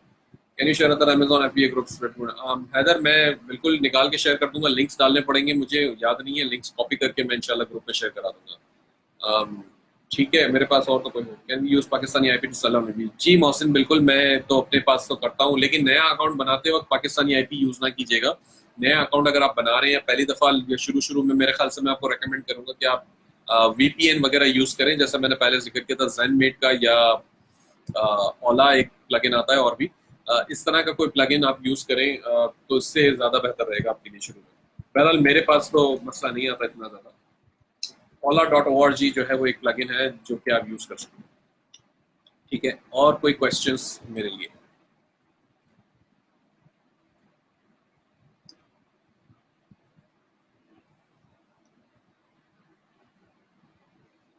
तारिक मुनीर, जी मैं रीप्राइसिंग सॉफ्टवेयर यूज करता हूं, जैसा मैंने जिक्र किया, ईबे, सॉरी ऑटो डीएस है और प्राइस फॉक्स है, डीएसएम टूल है। सावल, पेपैल 2.9% लेता है यूएस का जो पेपैल है, बाकी कंट्रीज का आपको देखना पड़ेगा, कहीं पर 3.2 है, 3.4 है, कहीं पर 3.9 भी है, तो वो डिपेंड करता है। ठीक है एवरीवन, मेरे पास अब क्वेश्चंस नहीं आ रहे हैं, मेरे ख्याल से लेट भी हो गया है, तो मैं कोशिश करूंगा अब इसको हम रैप अप करें, और जो मजीद क्वेश्चंस हैं डेफिनेटली ग्रुप में सेंड कर दें, मैं इंशाल्लाह डेफिनेटली आंसर करूंगा। Arsalan, new paper can we get reduce to whole buy mark ship? नहीं अरसलान, ऐसा ना करें। 21 डेज वो लगाएगा ही फिर भी, और जरूर लगाएगा, क्योंकि ये आपके लिए इम्पोर्टेंट है कि आप उसके मतलब पेपैल की नज़र में अच्छे बन जाए ना। अगर कोई किस्म की आप कहानी करने की कोशिश करते हो, खुदा ना खासा मसला आ जाएगा, तो फिर वो आगे चल के भी आपको ये प्रॉब्लम करता ही रहेगा।